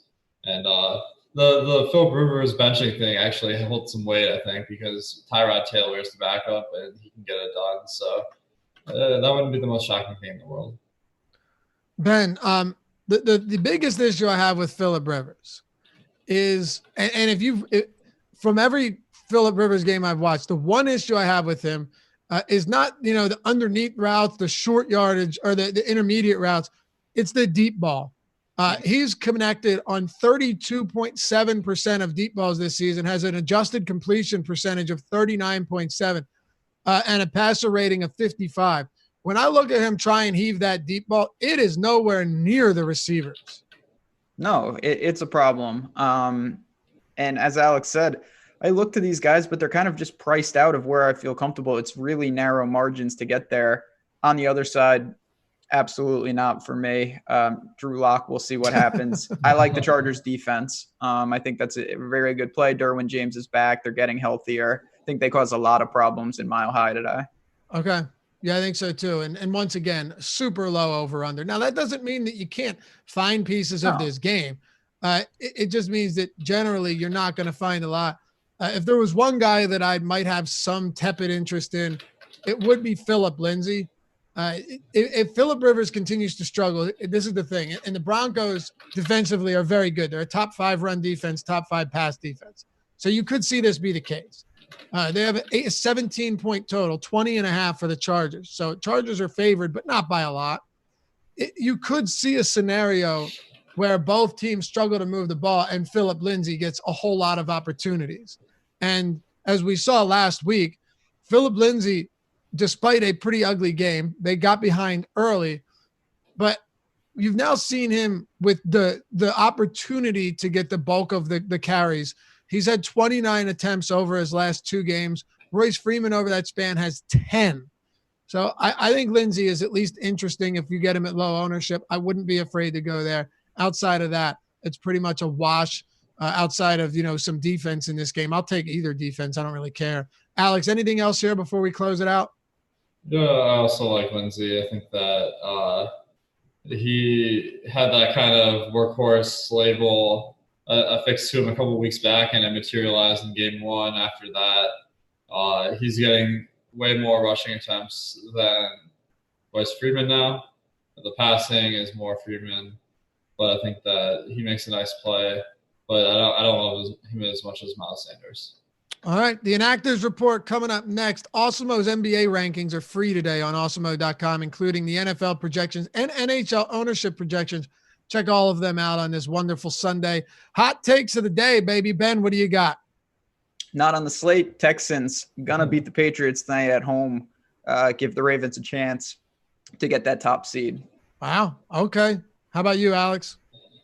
I think Green Bay is pretty overrated, so I think maybe I'll go with that. They disappoint at high ownership.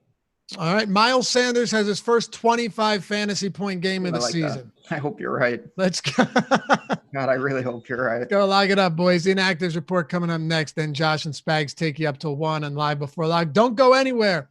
It's been fun. And hey, if you enjoy the show, you want to help support us, hit us with that thumbs up, like the video, subscribe, and click that notification bell so you always know when content's going to drop next. Good luck. Appreciate you guys hanging out with us. As always, we'll catch you back here next Sunday on the NFL Deeper Dive presented by FantasyDraft.com.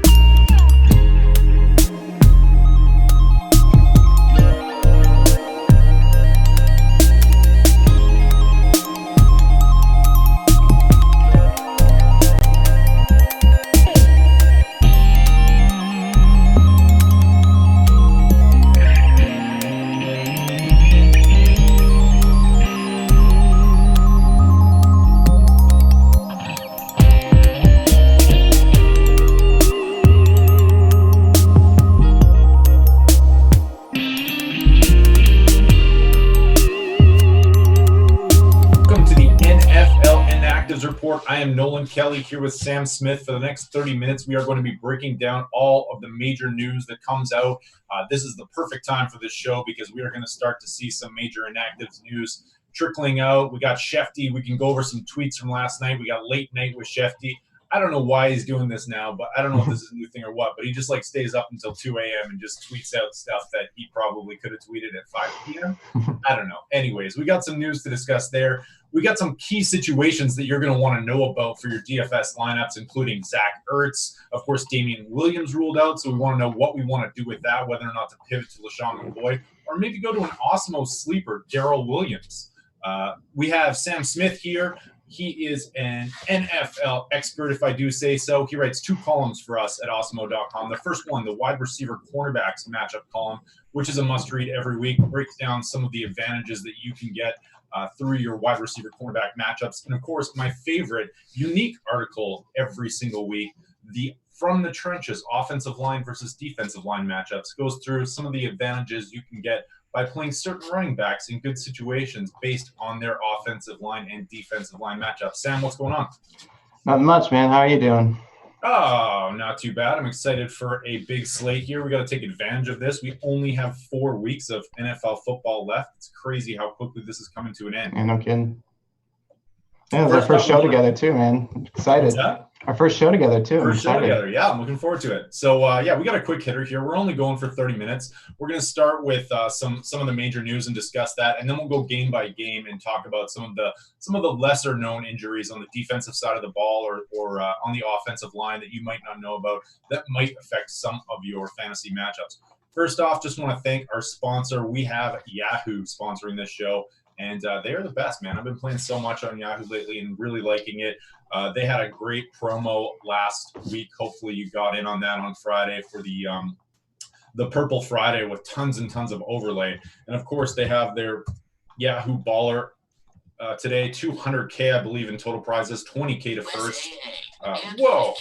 Sorry about that. What is going on? So head on over to Yahoo. Check it out. Of course, EMAC has his Dollar Baller article out every week on Osmo.com. You can go click on that link, and if you click on that link and use promo code Osmo, if you're just signing up, you get $30 in YSRP points. As well, Yahoo now has CSV uploads, so it makes it really easy to alter your lineups. Just go, I noticed this when I was uploading my lineups the other day, go on the individual lineup, click the download sheet for your CSV, and then you can upload and alter all of your lineups through that one lineup. So there's a little trick for you. But right now, let's get into some big news here. One more thing as well. We're going to be talking a little bit about weather today, too, and seeing if there's anything, any changes, any of the major weather stories. We've got two possible places where there's going to be some weather that we might need to discuss. But first off, let's talk about the big news that we already know about.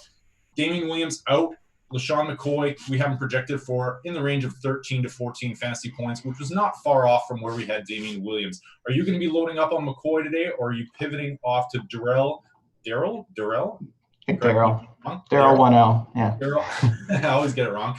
Or are you going to be switching over to the other Williams? I think I'm in on McCoy. He's been relatively consistent, and Darrell Williams has kind of been a flyer here and there throughout the season. I think McCoy is going to take the much bigger bulk of those Damian Williams touches.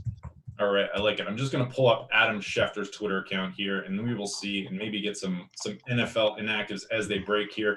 We will be following our Twitter feeds, and if any crazy news comes along, we will get it to you right away. So, I'm with you on McCoy. I think this is a great matchup, especially we'll get into that Kansas City game in a little bit. But if the wind is up in that one and they have to run the ball a little bit more maybe than they thought, LaShawn McCoy makes for a great play here. So I'm going to be probably overweight on the field on him. I think Osmo's projections were pretty high on Damian Williams. And I also think like 4-man stacks in Kansas City might not be the bad way to go. Yeah. And just adding in the running back. What do you think about that?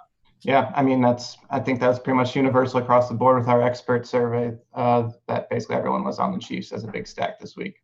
All right, I like it. Speaking of which, I got to publish that after this. Thanks for reminding me. All right, Drew Lock starting in the afternoon game. What are we doing here? Are you upgrading the Chargers defense? Are you in on Lock at all? Like, what's your takeaway from this news that we got last night? I'm not. I think I'm leaning towards the Chargers. Yeah, because Drew Lock, he's kind of, for lack of a better word, he's a gunslinger, strong arm, trusts his arm. I'm anticipating he's going to be a little turnover heavy today. It could lead to some big play potential. You could look to Courtland Sutton a little bit there, but it's kind of telling to me that they've been starting Brandon Allen all this time instead of Drew Lock. So that should tell a little bit what they think he is in his development. So I probably will stay away from Broncos pass catchers and Drew Lock and lean a little bit towards the Chargers this week, especially with the Chargers bringing back both their safeties, most notably Derwin James. Yeah, I like that. I like that call a lot. I think I don't know if it's going to fly under the radar, but the Chargers are definitely mispriced across the industry with that news. Agreed. They are a little bit too cheap for me. So, and I know our own Ben Roza finished second in the Millie Maker last week. He was just touting the Chargers there. So there you go. If it's good enough for him, it's good enough for me, right? Right. All right, let's go through a couple more. We got some big news as well out of San Fran. Looks like Matt Breida is out. Are you upgrading Tevin Coleman here, or is the kind of tough matchup and the two ball control offenses going against each other, does that kind of just sort of get you off of this game altogether? I'd say it wouldn't have me off the game. I think I like Coleman a little bit more with Breida out. He's kind of been the most, that's such a committee backfield, but he's been the most consistent, I'd say, since he's come back from injury. I definitely trust him way more than Mostert or Wilson. So I definitely think that gives me more onto Tevin Coleman this week. Makes sense to me. Titans Inactives just coming out. Tajay Sharp, really the only name there. We already knew Delaney Walker was going to be out. The Green Bay Inactives also coming out. Ryan Grant, nothing really crazy here. I think that we weren't expecting. Brian Bulaga looks like he's in. Let's start going through. Oh, yeah, they're starting to come out right now. Thank God. All right. Yeah. Staring at an empty page here. So, okay, let's go game by game here. Let's talk about some of these early morning games. We got the Green Bay Packers minus 6.5 points at the New York Giants, 48.5 total. Of course, you've already heard that Golden Tate and Evan Ingram are out. What are you doing here? Do you have any interest? I think Rhett Ellison also out. Do you have any interest in their third-string tight end, Caden Smith? I'm curious about him because he got some targets last week when those guys were out. Didn't lead to much production, but he got looks. Not super athletic, but just kind of at Stanford, he's just a consistent pass catcher. So, and, with also Golden Tate out, that's a lot of targets that need to be accounted for. And I think that's a decent place to go at a low price.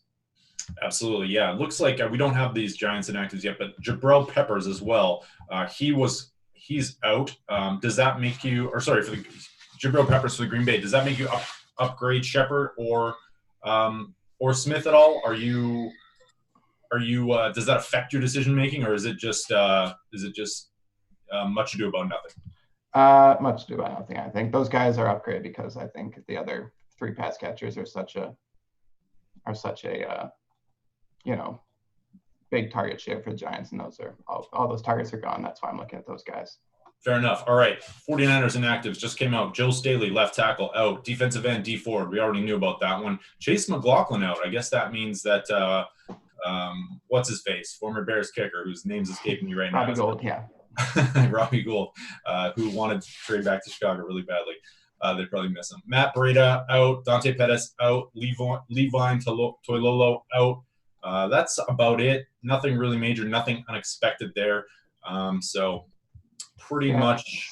Staley's a big deal just because he's a very good tackle, but he's been out for a while, and they've still been moving the ball pretty well with him out. So but nothing really. Yeah, absolutely. Dante Pettis hasn't been in the doghouse for weeks. He doesn't take much target, so that doesn't mean anything really either.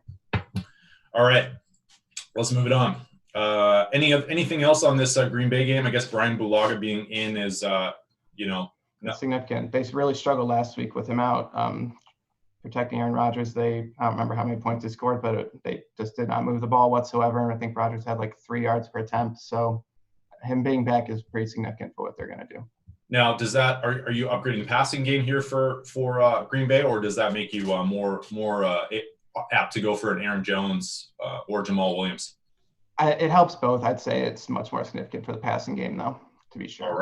All right. So I'm upping my exposure to Devontae Adams. That's what you're telling me, right? That's the highest ownership on the slate. Yeah.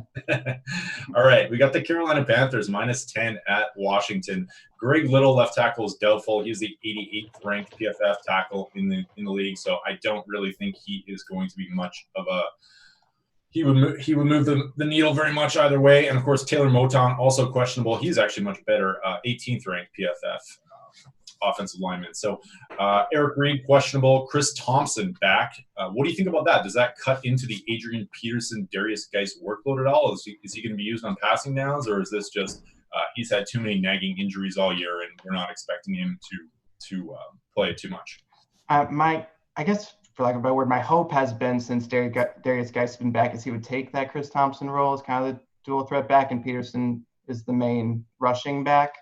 I guess this is the first time they'll have all three, if I'm not mistaken. So we'll see. That's kind of a good litmus test for how they're going to handle it down the road. I've been pretty high on Peterson this week at a very low ownership, just because I love the matchup up front.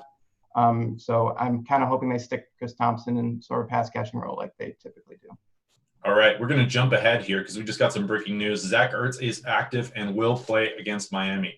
Now, I've been kind of touting Dallas Goedert a little bit this week, but I kind of realized, the tight end, or the Eagles run so much 12 personnel and so many 2 tight end sets that there's not much of an upgrade here for Goddard if he was out. So now we have a situation where I think people are probably going to be jumping off and not rostering him too much. Yet this is still a great matchup. He's still a reasonable price, and he's still going to get 90% snap share here and run probably the second or third most routes. Are you on Goddard? Does he become now more of a pivot play here with Alshon Jeffrey back, with Nelson Aguilar back, and Ertz in there? I feel like his ownership is going to be down, but the matchup might not actually be all that much worse. I mean, his consistency across the weeks with Zach Ertz pulling in 15 targets, he's still like a 5-target, 40-yard touchdown potential every single week, which is a pretty strong floor to have.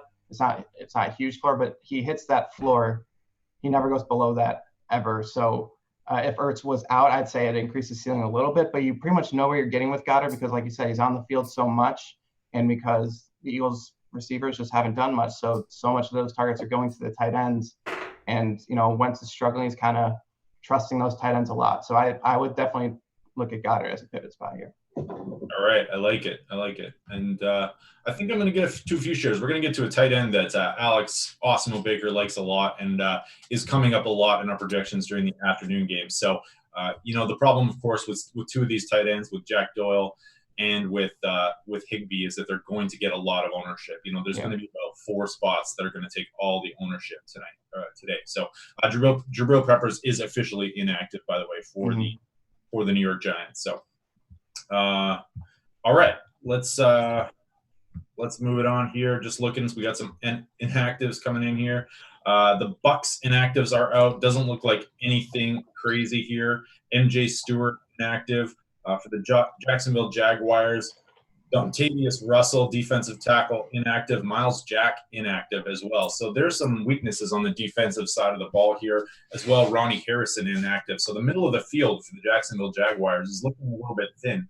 Are we upgrading famous Jameis Winston and getting in on some of these Evans and Godwin stacks in another high total game?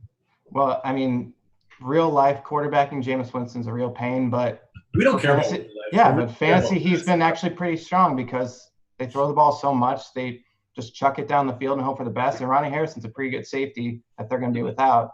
I'm definitely much more intrigued now by stacking some Evans and Godwin in there with Jameis.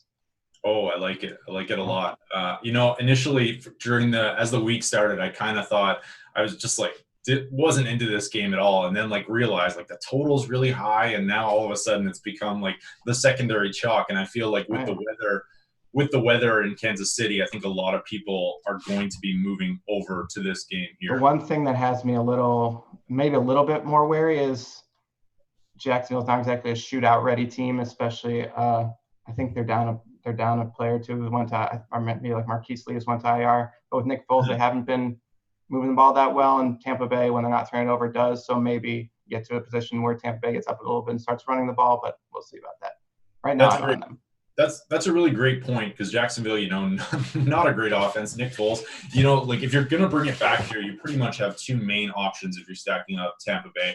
The first option is Leonard Fournette, which is a good value, I think, across the industry. But the problem with it, of course, is Tampa Bay's #1 run defense. Yeah. They are not going to be easy to play against for Fournette. And, of course, the other option is DJ Chark. And I think both of those 2 will be the most popular bring-back options. One way to stack it up might just be to attack this Bucs secondary and take Nick Foles, take Chark, maybe, I don't know, you could throw in D.D. Westbrook, maybe one more player. I don't know. It's a low-priced stack, so you probably don't need to get too carried away with stacking up, and then bring it back with the Tampa Bay side of this ball game. And, of course, Ronald Jones as well is in a pretty good spot. I know he's popping a little bit in our projections as well. We have the New York Jets inactives and the Cincinnati Bengals inactives. C.J. Mosley inactive. I think we already knew that. Josh Adams, running back, inactive. Doesn't really do anything for us. A.J. Green just single-handedly killing all of my best and fantasy. I've just hung on to him all year. This is the worst kind of injury where you think the guy's going to be back 1 week and then he just doesn't show up for a straight week. So Drew Sample out. Are you seeing anything here in these Jets and Bengals inactives that is catching your eye? Not really. Jets have kind of taken the Patriots method of inactives where they put like a dozen players questionable and then they're all active anyway.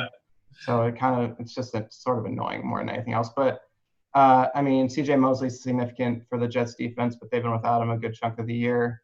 Maybe it helps Mixon stock a little bit, especially since the Bengals have Cordy Glenn back now. Their left tackle is probably their only good offensive lineman.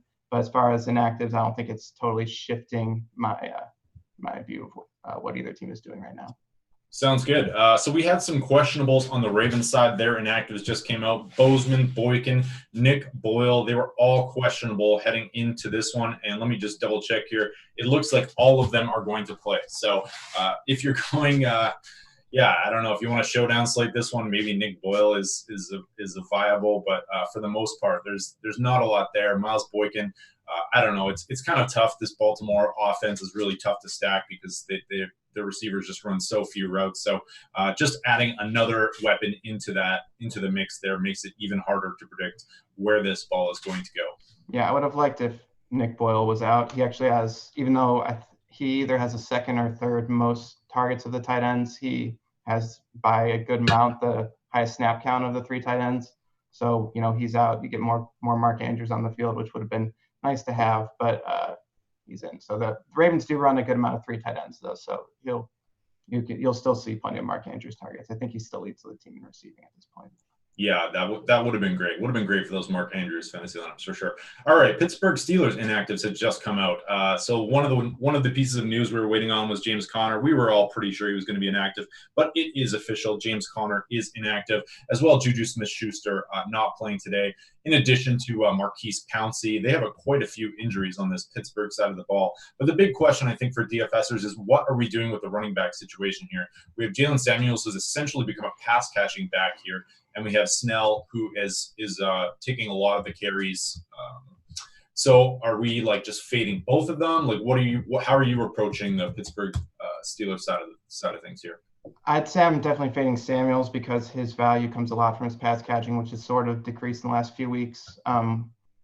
Snell, I'd say, is a pretty good value for his price, especially after last week's performance where he had almost 100 yards and I think he scored a touchdown. He's, I think, $1,000 less on DraftKings than Jalen Samuels. So that's where I'm more strongly leaning. I'd say I'm fading Samuels almost completely. Any love for Trey Edmonds? Not a lot. I wouldn't say it's impossible that I'll throw him in here or there. I think he's under 3,500. So, it's not out of the question, but he's a good chunk below the other guys too, for sure. Fair enough. All right. What about this Browns side of the ball? Because the Browns have had a lot of injuries. I'm just going to pull up their inactives here because I'm not seeing them quite yet. I just posted them on Twitter. I can help out. So Greg Robinson, offensive tackle, out. Taywan Taylor out. Demarius Randall, their free safety, is out. What kind of effect does that have on this Pittsburgh offense? Demarius Randall is interesting because it was a coach's decision, which to me I interpret as a healthy scratch. So, with Duck Hodges doing the quarterbacking for the Steelers now, I don't know how much you're looking towards their passing game anyway, with Juju out also. So I wouldn't say it has a huge swing either way. Greg Robinson's a little more significant, pretty good run blocker, but terrible pass blocker. So his being out could actually help Baker Mayfield and the pass catchers there, but it will hurt Nick Chubb and Kareem Hunt with whatever you're looking to do with the Browns committee of running backs. All right, I like it. What with Juju? How are you attacking this Pittsburgh passing game at all? Do you have any like flyers that you can throw in? Is Deontay Johnson or James Washington, who's actually had like some pretty solid air yards numbers this year? I kind of was hoping to catch him before he went off last week. Do you have any interest in either one of these guys? I'd say I have some interest in both. They're not too expensive. James Washington's a little more expensive. He had the big catch and run last week, and Deontay Johnson's had some big plays here and there. So they have that big pop potential. They're a little big play reliant. Neither of them are possession receivers, quote unquote. So you're counting on those big plays. And will Devlin Hodges push the ball down the field in his first start as the starter? I don't know about that, but they're both guys who I could see myself getting some decent exposure to because they do have that 70-yard touchdown potential. Makes sense to me. All right, we just got another inactive as well. One that we've been waiting on, but we were pretty sure was going to happen anyways. Jordan Howard officially out. What are you doing with Miles Sanders this week? I'm pretty big on him. The matchup is great. He hasn't delivered really, with the exception he had like a 30-yard touchdown catch one game. As far as his running, he hasn't really delivered, but this week he's pretty firmly RB1 on his team, and he's got the best matchup he's going to get all season with the Dolphins. So a lot of ownership, but his price is pretty low. So I still think he'll fit into a lot of lineups. Yeah, it makes sense to me. I think I'm going to try and come in at weight on the field here. I don't know. I don't have a strong stand, but it's certainly a great matchup, and he's certainly going to be getting the workload here for sure. So what about the Miami side? It doesn't look like there are any major injuries here. Do you have any interest in some of these scrub receivers with Jakeem Grant and Preston Williams on IR, Albert Wilson, Devontae Parker, anyone, is it Alan Hearns? I always get him mixed up with Marquise Lee. Devontae Parker can work. He's been pretty consistent target share for a while now. I'm going to check his price real quick, what he's looking at. Alan Hearns has his moments. He had a couple nice catches last week. Yeah, Devontae Parker's only 5,700 on DraftKings. That's really not bad. I'll definitely be looking his way a little bit. Albert Wilson, it's been like 2 or 3 years of waiting for his breakout, so I don't know how much I'm into that. But Devontae Parker, I'll definitely have some exposure to. All right, fair enough. Sam linebacker Ryan Kerrigan, inactive as well for the first time in his career. Does that affect your Christian McCaffrey exposure at all, or just meh? Nah. Do we have notes on Deron Payne to see in? Let me pull it up here. That is their nose tackle. Yeah. Second-year nose tackle out of Alabama. Solid run stopper. He was questionable, so. Yeah, I saw that too. Paul Richardson, looks like he is a go. Okay. It doesn't swing me either way. Christian McCaffrey is pretty much a lock for fantasy production, but he might have been a little more, splashy in my head. Would more of a lock if Deron Payne was out, but I'm still obviously looking his way a lot. He's a guaranteed pop most weeks. Awesome. Looks okay. So what are we missing here for the inactives? I think we pretty much got everything. Oh, Titans and Colts. So we already had the Colts side of things we already had the Titans side of things. So for the Colts side of things, we got a number of injuries here, most of which we already knew about. Paris Campbell was questionable. He is inactive. T.Y. Hilton, inactive. Marlon Mack, inactive. Any of these scrub Colts wide receivers catching your eye? Pascal has been up and down. The week I picked him for my Cover the Field article, he gave us one catch for like 11 yards. So I'm a little down on him, but for a relatively low price, and he's going to be the wide receiver one this week. That's not too bad. Chester Rodgers, kind of the same ballpark. You're kind of counting on those big plays from him, and they don't come very often, but he also returns kicks. But the guy who's benefiting is probably Jack Doyle, but he's very chalk. So take as Mo Alley Cox in for the Colts. He's basically Mo Alley Cox, tight end, is basically touchdown dependent. He's in.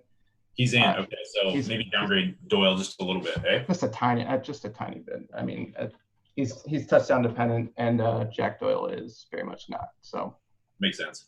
Head on over to awesemo.com as well. Before we're going to get into the afternoon games here, we got about 5 minutes left before we hand things off to Chris Baggs and Josh Engelman. If you want to head over to awesemo.com, we actually have our NFL projections free today. So that's a pretty good deal.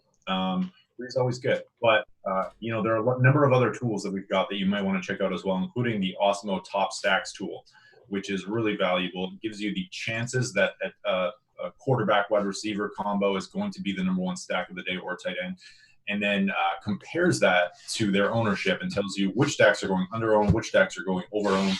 It's the first thing I check every Sunday morning, because it's super important when you're setting your lineups to know if your stack is going to be super chalky and maybe you're rostering some suboptimal lineups there. So if you are not a member of Osmo.com, come on over, sign up. You can use promo code from the slot, get half off your first month or your first week. And stay tuned on Cyber Monday. We've got some deals coming out. So if you're a first timer, you might want to check back here on Monday and check back the Osmo Twitter account to stay up on some of these deals that we've got. All right, 5 minutes left. I think we've got most of the inactives out here. I haven't seen, I think we're missing, one team? 49ers Ravens we've got already. Is there anything I've missed so far, Sam, that we haven't commented on? I don't know. I think we got everything for the early games.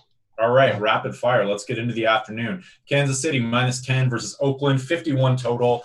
We are expecting 20 mile-per-hour winds, and that total has dropped about 1 point since this morning, since the weather report came out.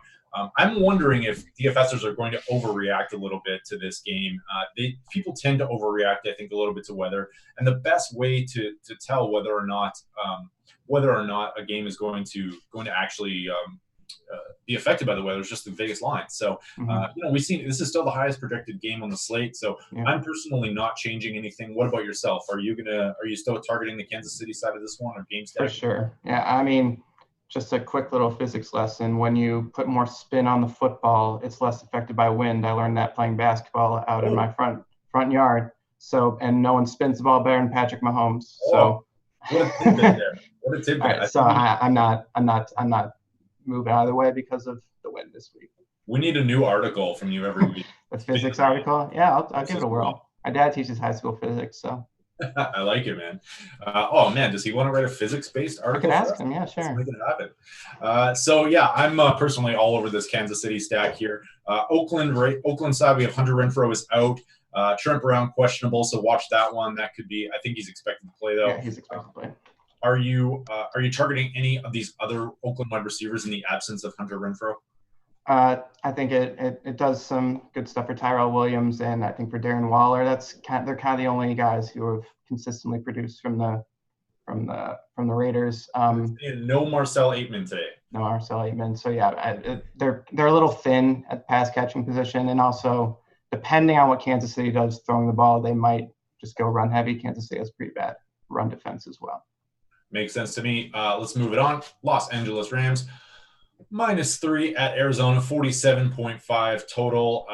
We have Everett out, Higbee, chalk game, Bearman price. Osmo's projections love him. I'm getting about 90%. What are you doing with Higbee here? Yeah, same. I mean, it's pretty much all right. I mean, it's Arizona. It's the flow chart, right? So, yeah. Although I was going to say I thought Doyle was a pivot, but his ownership is not that far off of Higbee. So yeah, they're in similar space. There's similar spots here. Yeah. I mean, I am curious about the Rob Havenstein being out. He's the right tackle.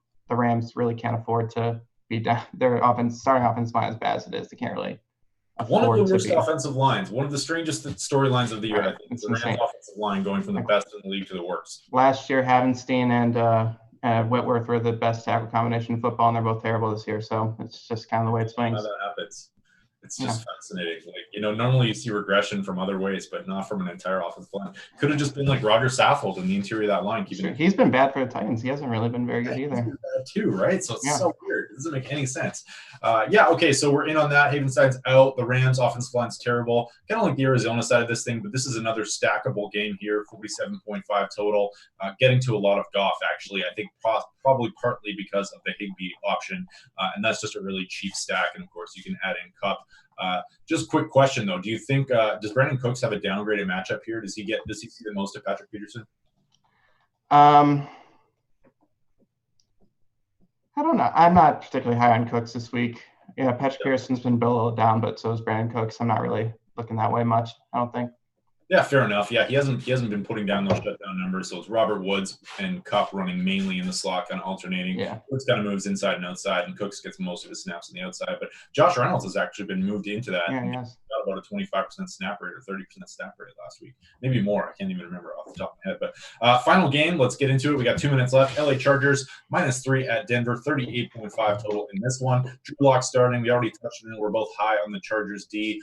Any other injuries here that you're expecting or seeing that could affect how you're going to build your fantasy lineups? Not super significantly for the Chargers. Russell Okung is a questionable, expected to play. Sam Tevye, I don't know. Either way, he's questionable. The Chargers don't have a lot of leeway with their offensive line, not just like the Rams, but they'll have Okung back, it sounds like, which is good. Really hasn't mattered much with Philip Rivers throwing the ball down the field. He's been very bad at doing that this year, but at least with some protection, maybe he'll do a little better. Denver could be missing 2 starting offensive linemen, Juwan James, the most notable of them, and Von Miller is a game-time decision. Shelby Harris also questionable. That's a lot of those are a couple key defensive pieces. So, I mean, if those guys are out and Okung is in, you could start looking at Philip Rivers. Maybe he gets a little bit of a swing back game in his direction. Maybe this is the last game we ever see Philip Rivers play. Right. Or he could be on the bench by the third quarter. You never know.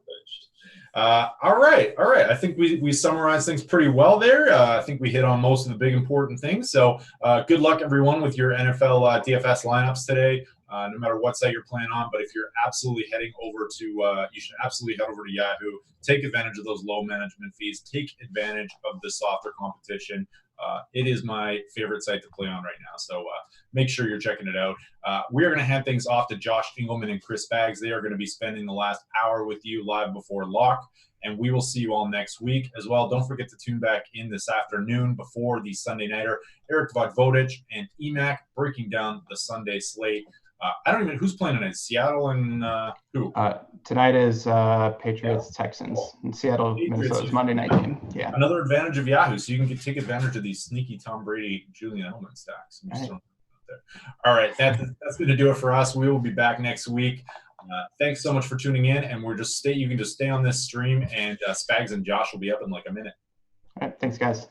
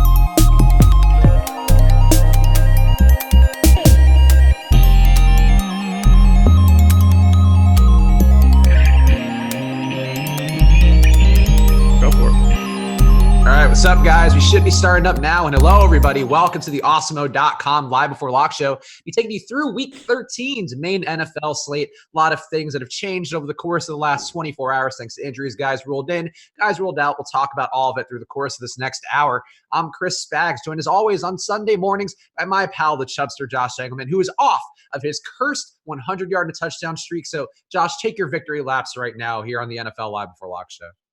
Lapping around taking a full lap around in my chair.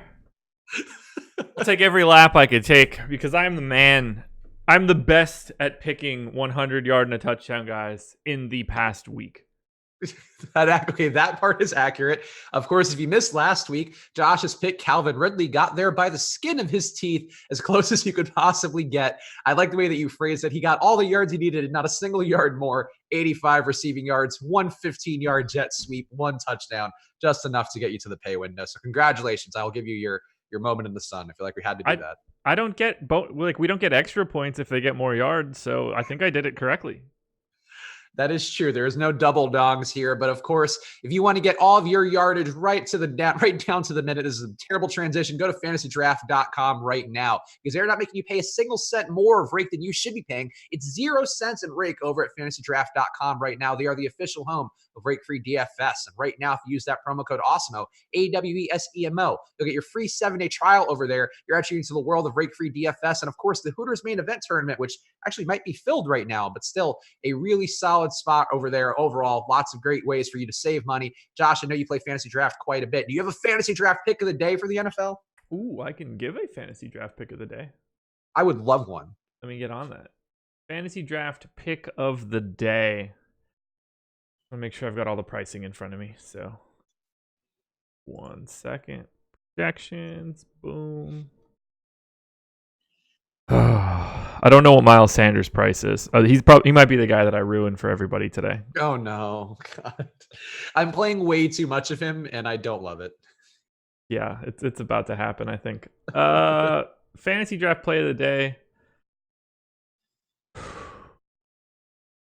You know, I constantly jinx both of these guys in opposite orders, but Chris Godwin for 14.6 on fantasy draft, I think, is pretty appealing. I like him a little bit more than Mike Evans today. There you go. So go load up on your Mike Evans if you want to fade Josh, or just take the pick that Josh gave you, which is Chris Godwin, looking pretty affordable over at fantasydraft.com. And go check them out and use that promo code AWESEMO right now. And of course, there is still time for you to get data for this week. All the ownership projections, player projections, the boom bust tool, a lot of different things here.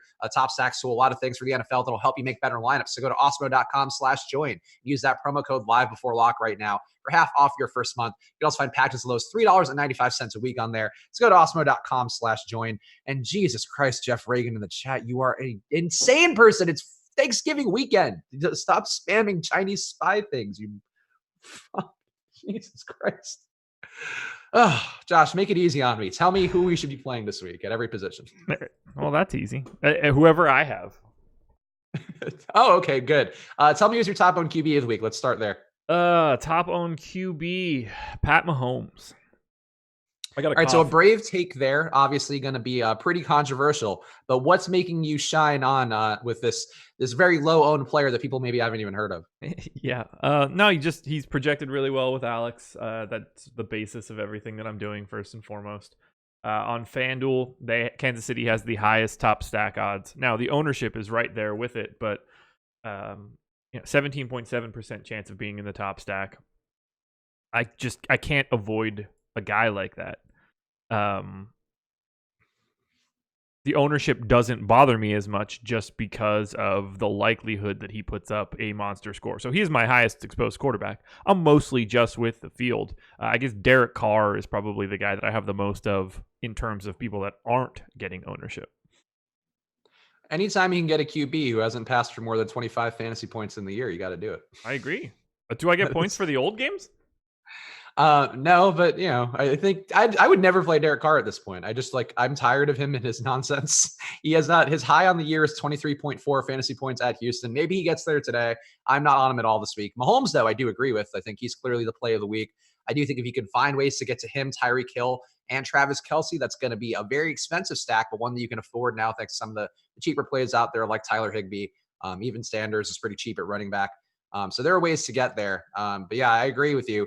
I do think Hill's ownership actually has it come up at all because Hill's still under 12% on DraftKings, which it seems kind of odd. I guess people are, I don't know, based on our ownership, there's more ownership for Mahomes than there is for Hill, Watkins, and Kelce.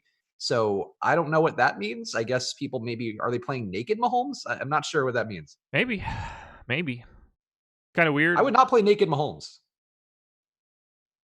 Like I would have at least one of the guys, I think. Like ideally, you're going to try to have two of the guys because that's generally how your QB is going to reach value. Mahomes spreads it out around well enough, or maybe not. But who would be your preferred pass catcher to go with Mahomes, or two? If you have I have more Tyreek Hill than anybody else. Just because he's more expensive and people won't have him? Just because I have more Tyreek Hill than anybody else. I don't really have like a reason for it or anything. That's just that's just the answer. I don't have the input for it. Projects well, I guess is the answer. Projects better than any other receiving person for... Actually, you know what? I have more Kelce than Hill slightly. I was just thinking about it from a wide receiver standpoint. But I just have a monstrous amount of both Kelsey and Tyreek Hill, so I can't really pick between the two. I have them both like 40%. Okay, yeah, I would prefer Hill if I could, just because. I mean, I do think there are other ways to get away from the on tight end. I mean, just getting to Tyler Higbee, getting to Jack Doyle, getting to even if you want to get weird, go to George Kittle, Zach Ertz. Like, there are so many ways you can go at tight end where I don't mind the idea of just taking Hill and Mahomes and then trying to save some money elsewhere. Again, ideally, it'd be great to have 2 pass catchers with Mahomes, but I'm not confident enough in Watkins' ability to really go off in a way that matters. I still with the field on his ownership. He's projected for a little bit less than Tyreek, but still just a hair over 10% on DraftKings. I don't mind it, but I don't see the upside for Sammy Watkins in this spot because Oakland just can't defend wide receiver ones or tight ends well enough where I don't know that Watkins is going to be opened up much more by like this great Oakland defense is going to key in on Tyreek Hill and shut him down. Yeah, I have a minimal amount of Sammy Watkins, but a maximum amount of Travis Kelce and Tyreek Hill. Shout out Roosevelt Hooker for the super chat that's coming through right now. He's asking, can you touch on the benefits of Fantasy Cruncher Pro? Thanks for all you do. He's been following Josh since the quote unquote slurp days, which sounds like something very different out of context, Josh. Sure. I think that's referring to your coffee drinking. It is. But what would you find to be the primary benefits of Fantasy Cruncher Pro? A good add-on that we have with the site. Yeah, so advanced randomness, which is going to be a more normally distributed run of fantasy scores, I think is the biggest piece. And then co-biggest piece would be lineup study, being able to go back, look at everybody's individual ownership for DraftKings, look at how chalky certain lineups are, how big player pools are for certain players. I do a lot of work in lineup study now, just trying to gain knowledge on how to better construct my lineups. So the combination of FC Pro randomness and lineup study are like my 2 favorite pieces. Also, a question from Jordan Charles in the premium Slack. Darrell Williams, can you use him as a pass catcher in this situation? I wouldn't be loath to put him with Patrick Mahomes. I just don't think that's a play I would make a lot of. I do have some Darrell Williams. He was one of Osimo's preferred lower owned plays on the week, or at least a guy that he liked quite a bit. What are you doing with Darrell Williams and LaShawn McCoy? Both guys going to be pretty low owned relative to guess what you would think with the opportunity in this game. I have very little of both of those guys, and I would not use either one. I would not have either guy in my groups. Yeah, I don't think they would be one that I would want to have. Like, I wouldn't have a rule where it's like, oh yeah, like I don't want to go to Watkins, I want to go to Kelsey, so let me get Darrell Williams with my Tyreek Hill. I don't think that would be the move. I don't mind landing on either guy. And Darrell Williams has been pretty good when Damian Williams has been out, but I think the workflow can go away from either guy a little bit too easily, whether it's going to the pass catchers or whether it's going to the other running back. And I think that makes a bit of a risk where I wouldn't want to lock these guys in, but having a little bit, like I'm with the field on them. I'm at 10% for both guys. Okay. What about Oakland? Anybody on the other side that you'd want to run it back with? Jesus Christ! I'm trying to get there. I can't. I can't get there for some reason. Anybody? To me, I think, or I guess anybody that you'd want to get to, because I like the idea of getting to Darren Waller. I like the idea of getting to Terrell Williams. I don't even hate the idea of Josh Jacobs. But I didn't land on much of those guys. I got a little Jalen Richard just because he did get that passing game work last week in a blowout. I do think this game, it's a pretty decent probability of blowing out, not anything too crazy there. But are you even close to the field on Waller, or just couldn't get there at all? I have he's my highest exposed tight end. He's in half my lineups. Oh, okay. So you love Waller. Yeah, tons of Waller. Tons of Waller. Did I say something that implied that I didn't? No. I thought you said you just couldn't land on any of the Raiders running back or getting run back. Wait, did I really say that out loud? I thought you did, but you might have thought I said running backs. Oh, I don't know. Yeah, Waller is the guy that's coming back for me with large amounts for all of the Kansas City that I have and all of the Mahomes that I have. I don't have much else coming from the Oakland side. A little bit of Josh Jacobs, but nothing crazy. Okay. Yeah, I think it's an interesting spot here to go to Oakland. I mean, you mentioned you have some Derek Carr too. Yeah. So that's certainly an option to go there if you wanted to, and that's going to be one way to differentiate. If you did have Tyreek Hill or even Hill and Kelsey, and you ran it back with a Raider stack that included Carr and Williams. Oh, one guy I got some of who I know you're going to have none of, but Zay Jones, I think is interesting with no Hunter Renfrow out there. He's out this week. I think Marcel Aitman's also out. There's really not a lot of pass catchers left And Zay Jones is at least a body who's out there running routes. So if they cover Terrell Williams well enough, which they have been able to shut down wide receiver ones for the most part, I think Zay Jones can have a very sneaky day. Not worth a ton of ownership, but he's at 1%. I have a handful of lineups with him. You're spot on. Crazy that you would not be in a Zay Jones out of all places. Yeah, no, didn't get there. Let me throw a quarterback to you that I find intriguing. And this is not my number 2 on QB, but it's a guy I do have more than the field of. Nick Foles. I like him in the spot here going against Tampa Bay, going to be at home. Tampa Bay, of course, not a great pass defense. Foles has shown the ability to throw deep. You do have guys like DJ Chark, who's going to have some ownership on him. Not a lot to Conley, not a lot to Westbrook. I also think Nick O'Leary kind of like a very low-owned leverage play against Tyler Higbee and against Jack Doyle, the other cheap tight ends. I just think there's opportunity for these guys to have production here. Did you land on any Foles and Jacksonville? No, Foles is not part of my player pool today on FanDuel, so I don't have him. I clearly have Leonard Fournette because this is just like the Leonard Fournette sponsored piece of the show. I have to say that I have a bunch of him every single day that we do this. But no Foles for me. My God, the spam and like we have not had this much chat spam. I don't know why, but it's just gibberish. Like, what is going on? Thanks, Fantasy Cruncher. I guess I'm hiding everything, guys. So I'm sorry, chat. Chat, we appreciate you very much. I'm trying to make sure that you guys can actually talk in a normal way without people control-Ving random things. But if you're doing that, like, get a life. Honestly, this is ridiculous. Like, just let people do chat things. I don't get the need to do that. I do like Chark quite a bit. Westbrook a little bit less appealing to me, but Chark and Conley are my preferred targets with Foles. And obviously Tampa Bay side, you mentioned Chris Godwin as a strong play. Mike Evans much cheaper. These guys are going to be pretty highly owned. I guess on DraftKings in particular, I want to ask what you would do here. Mike Evans is going to be double the ownership on Chris Godwin. Projection's going to be pretty close for both guys. What would you do here with Evans being so much higher owned but substantially cheaper?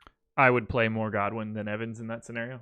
I have more Evans than Godwin right now on FanDuel, but I have both of them quite a bit and both over the field. So I'm not too worried about it on that end.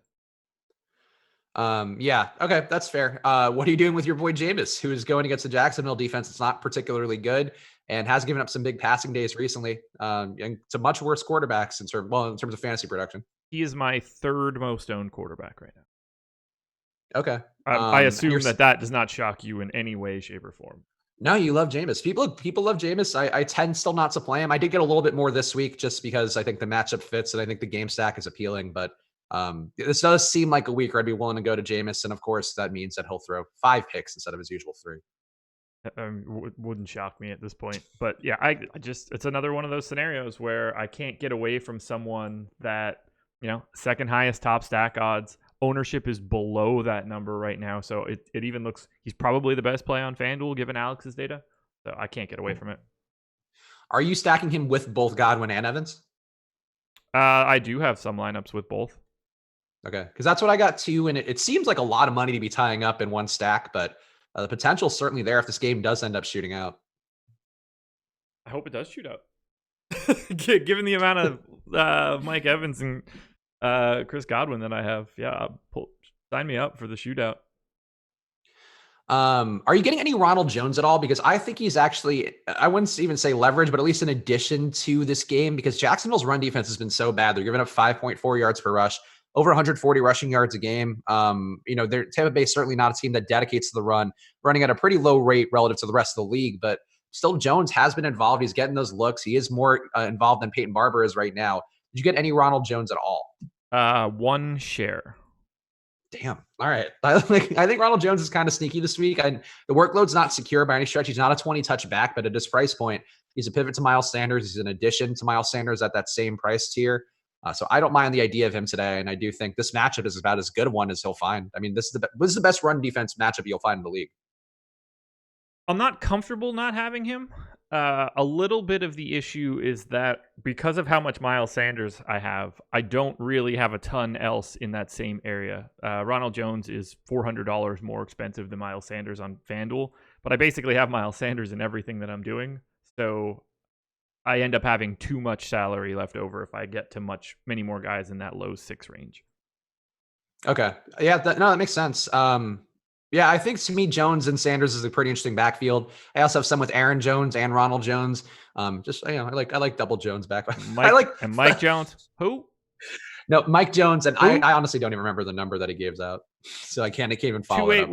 281-330-8004. Good God, bless your heart. Bless your heart for being able to smoke the amount of weed that we do and still be able to remember that number.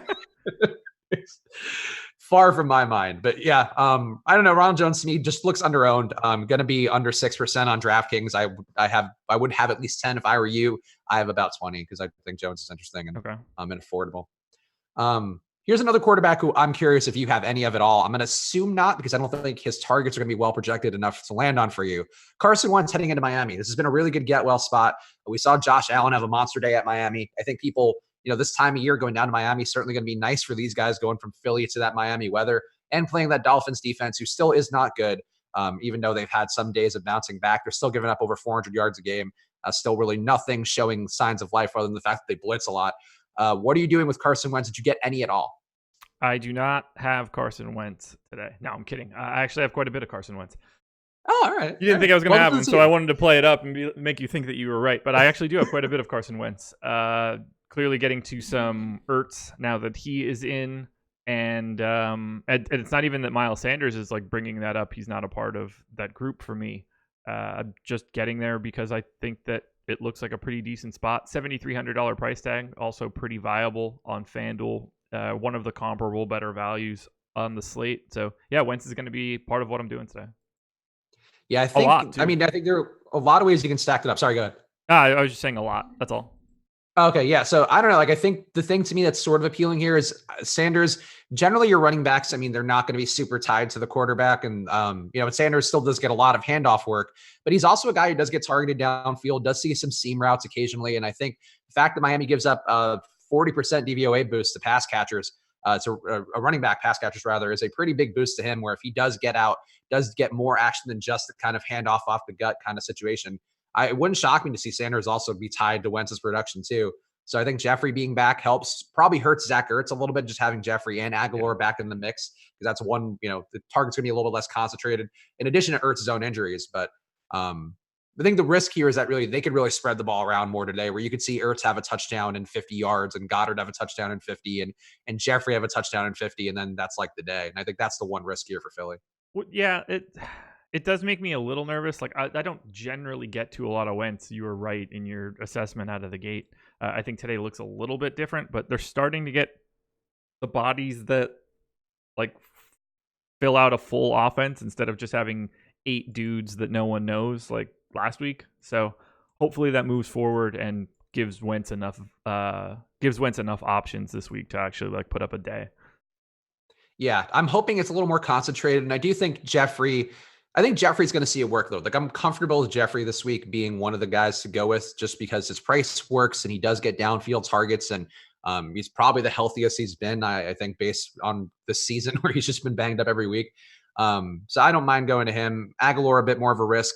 Greg Ward also saw a good amount of routes last week, but he's going to be bumped back down the pecking order. I think to me, Jeffrey and Ertz would be the targets that you'd want here, but Ertz's price being up, like I wouldn't expect the Ertz weeks we've seen for the last 2 or 3, because there's just guys back in there who can throw besides Ertz, which is a problem for Zach Ertz. It is a problem for Zach Ertz. I'm still getting to Ertz for sure, but I don't know. Yeah. Maybe that makes it better for Ertz. Maybe that sort of it gets opened up a little bit more and he can thrive. He can have probably more success per play, but he's not going to have like 12 catches for 90 yards. And that's what's been getting him there a lot. So that's, the one risk point I would say of going to Zach Ertz this week. That's a good way to say it. Devontae Parker on the other side, also kind of appealing to me as a run back. Price not bad, seeing over 10 targets a game in his last 3, I believe. You getting any Devontae Parker, or is there a preferred Miami Dolphin to run it back with that Philly stack? It's just Devontae Parker, that's for sure. I had quite a bit, actually. 28% on my last go around. He is, I believe, the only guy that I have as viable to come back. Okay. Yeah, I would agree with that for the most part. I mean, we saw our guy Ben Rossa last week have a big showing in the Millionaire Maker thanks to Alan Hearns. We got there with a touchdown, but I think if you're talking about a guy who week to week is going to have that tournament upside, Parker's the guy. And I don't mind taking a stab at Albert Wilson just because Jakeem Grant's on the IR now. Maybe Wilson finally gets more involved. We saw him have some big weeks with Brock Osweiler in the past. So you can do it with anybody, but I think Parker's still the clear top target here. If you're looking for an expected workload, Parker's getting that workload every week, regardless of matchup too. Somebody just wished me a happy 41st birthday, and just so this doesn't keep going at all. I am not 41. It's not my birthday. Not even this month. We're not even close. I mean, we're close, but we're not. It's not today. It's in February. I won't be 41 either. I will be whoever this person is. I assume it's the same guy who's obsessed with you. I don't know. It's like this guy is going wild today. Touch me below the belt, man. Just ask. I would say, look, anybody out there, if you're having a tough Thanksgiving week, maybe like I didn't see my family this week. I just hung out with friends and I did that thing. But if you're having a tough week, don't take it out on other people. Just figure it out. Go talk to somebody, please. Don't just take it out on YouTube chats. That's not the way to handle things. Here's a chalk play I'm curious what you're doing with this week. Devontae Adams, and we also questions in the premium Slack about the weather, and Devontae Adams is one player who'd be affected by it. The Giants Stadium apparently having some pretty steep winds going on. What are you doing with Devontae Adams? And I guess, do you have any weather concerns this week? I know we talk about this more with baseball, but we have seen a couple games recently where it's been really windy and the games have been kind of a little bit less pass game focused as a result. No, I don't look at the weather at all. And you were talking Devontae Adams. Yeah. He's super chalky on FanDuel, but I'm holding hands with the field, so I've got like roughly 20%. And it's 11-mile-per-hour winds in that particular game for Green Bay, so I wouldn't be worried about that. I think if we're talking 20, that's a little bit more of, I think, the benchmark to hit. But, it's 32 degrees. It's not great weather, but it's kind of just classic East Coast weather, I think, in that particular spot. I'm just going to look up the Jaguar Stadium, too. You mentioned that. 19 miles per hour in Jacksonville, but it's also 80 degrees out. So I don't know I feel like warm and windy doesn't really matter. I shouldn't have mentioned the birthday thing because now YouTube chat is just taking over, wishing me a happy 41st. 6 birthdays from now. Look, they're looking into the future. You're still going to be here in 6. God, can you imagine if we're just doing this exact same show in 6 years? I hope I am. Oh my God. I would consider life to be incredibly successful to just still have this as a job.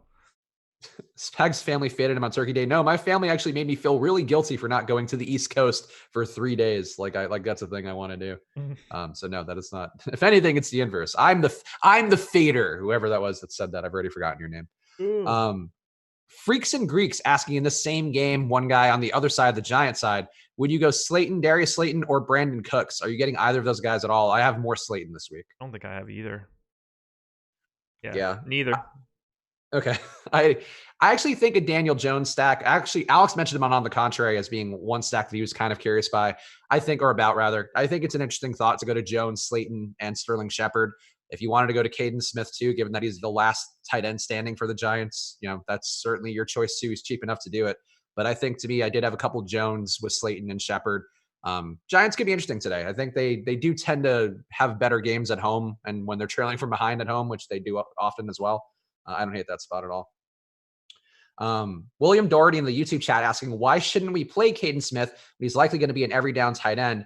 It's because he's targeted like under 10% of the time when running a route. Like you want guys who are targeted like more than that, especially as a tight end. Tight ends usually get targeted 20 to 25%. So that'd be why you wouldn't go to Caden Smith. Yeah, I don't have any Caden Smith at all. Caden Smith gets targeted on 8% of his routes, which is very low, and he has 0.3 yards per route run. So he's out there running routes, and maybe he can have that day. Like I like Jaden Graham, who's kind of a similar guy, and he's had those days recently where he gets a touchdown, gets the 50-yard bomb. But for the most part, you're not going to see these guys have the upside you'd want. So you can play him. He's cheap enough to play him, but I'd rather have Higbee today. I think he's one of the minimum price guys who I don't mind that spot at all. Are you playing Yahoo at all? Because Black Madden's asking, who do you like on Yahoo? I am not playing on Yahoo today. Only FanDuel.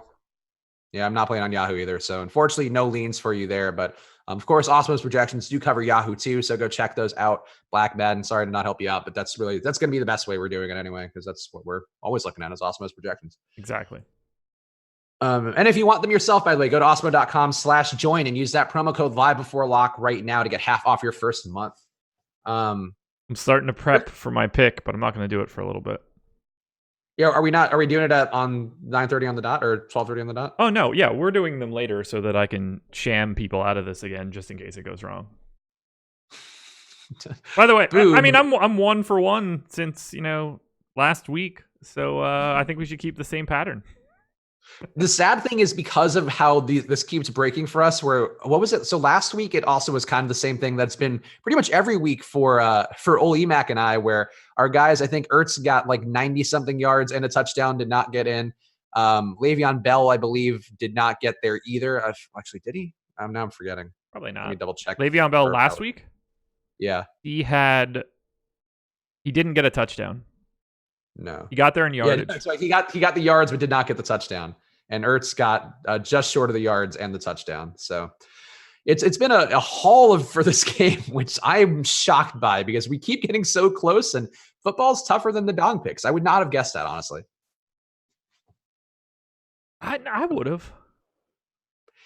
Well, maybe with the price point thing that we changed it, like, because it was great going with Christian McCaffrey every week in the beginning. Sure, that was great fun. I'm sure. Jordan Charles asking, which is more appealing for a FanDuel GPP, paying up for Mahomes and Kelsey or down for Allen and Moore, McCaffrey included in both? Definitely the former. I would, in a GPP, yeah, I would rather have the latter. I don't like Allen that much this week, but I don't know. I'd rather just take Mahomes. I'm not big on Kelsey either, to be honest, but I'd love to know what the rest of your lineup looks like with Mahomes, Kelsey, and McCaffrey in it. Yeah, it's got to be much worse, I would think. So, yeah. Christian Kirk or Tyler Boyd for FanDuel for our boy Dave? Christian Kirk or Tyler Boyd? Boyd. If you're not playing Rams on the other side, I would say Boyd. Boyd's been getting there with Ryan Finley, so he should be able to get there. I mean, one would think he should be able to get there with Dalton back in there. Don't Embiid my status. How do you guys feel about the Chargers running backs versus Denver today? I don't have any. I actually have more Phillip Lindsay than I do Chargers. I am on the exact same page. I have more Phillip Lindsay than the Chargers. I have Phillip Lindsay. And one share of Melvin Gordon. Yeah, I think that's about what I had too. Not get much Gordon. It's a tough matchup in Denver, and I think if anything, that one could be one where the Chargers defense has more upside going against Drew Lock. Drew Lock really inaccurate so far. At least he was in the preseason. He was like Dwayne Haskins inaccurate, so I think I'd be more inclined there. But I got some Keenan Allen, and I think again that one line of Melvin Gordon, but not much else from that Chargers side. Yeah, we're on the same page. All right, so we are going to do the picks again at 12:45 Eastern time, just to make this. Though I feel like we should just do it now because like you broke the schneid, so it doesn't matter. People don't trust it still, so I want people to suffer. All right, fine. People don't trust it, then we'll wait the 15 minutes. It's going to be Miles Sanders, and that's going to be a bummer. I'll tell you what, if it is, I'm not saying that it will be, but if it is, it will negatively affect me if it goes poorly. Timothy Hodnett asking, why aren't I on Kelsey? To be clear, I am on Kelsey, but I'd prefer Hill out of that. So that's why I have less Kelsey than the field and more Hill than the field. That's the choice that I made for my Chiefs. My Chiefs. Chiefs. Chiefs. Exactly. Nick Papagiorgio, he was not an accurate LOL drops, bro. People always say that. There's data that shows an accuracy rates. He was inaccurate. So was Dwayne Haskins. Like you can't always blame receivers for drops. Some guys just miss balls. Also true. People love doing that with quarterbacks where it's like, oh, who was it? It was Josh Rosen earlier this year on the Dolphins. We're like, he hasn't been inaccurate, just a lot of drops. And he's like had a handful of drops and had like a 50% accuracy rate, which is not where you want your quarterback to be. That's often the case with bad quarterbacks. It's not 1994 now. We've got the data to see all of this stuff. These guys are playing flag football. They're more accurate now. They practice these things more. And then some of these guys, when they're not accurate, really stand out. And Locke was not accurate, but he's also a rookie. Maybe he's worked on it while he's been hurt. Let's see. One stack that I have less of this week, which scares me because they were going to be more chalky earlier in the week. Now they're a little bit less chalky, but still going against Arizona. I was giving up almost 300 passing yards per game.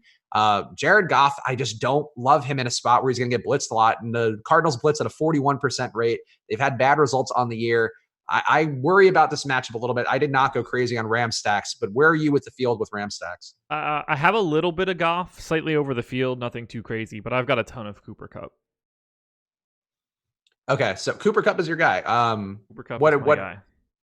What are you doing relative to the field with Kupp? 3 times the field right now. He's my second most owned wide receiver. Oh, okay, so that's a lot of Kupp. Heavy on Cooper Kupp. What are you doing with Tyler Higbee then? Very little Tyler Higbee. Last run I had 0 actually. Wow. All right. So you're going, I mean, he's a very low price tight end who's going to be chalk, can certainly fail. I think the assumption he's not chalk on FanDuel. He's 4% owned. Okay, so that's a different play there. Yeah. Okay, you would not have zero on DraftKings though, right? I have no idea. Probably not, given what I assume is that he's chalky. If like, I don't know, what's his price? He's minimum price 2,500 and 28% projected ownership. Yeah, I would have 10 to 20% probably. I wouldn't be heavy on him. Okay. But I don't think that there's a ton of upside there either way, but it's sort of a free square. He's probably like a cash lock, right? Yeah, I would think so. I think there's certainly ways to get away from him in tournaments and try to find some of these other guys to talk about. Nick O'Leary, if you want to go for a cheap guy who maybe has upside thanks to the matchup. But I think, he's a guy who's going to limit your ceiling quite a bit, but also if he opens up guys who you feel like have a really big ceiling, I don't hate the play. So I think it's one of those that you got to make your choice how you're building your lineups. But right now, if you pay up at tight end, you're probably going to be much more different. If you're paying up a tight end for somebody who's not Travis Kelce in particular, you're going to be really different from a lot of the field. Yeah. All right, let's see.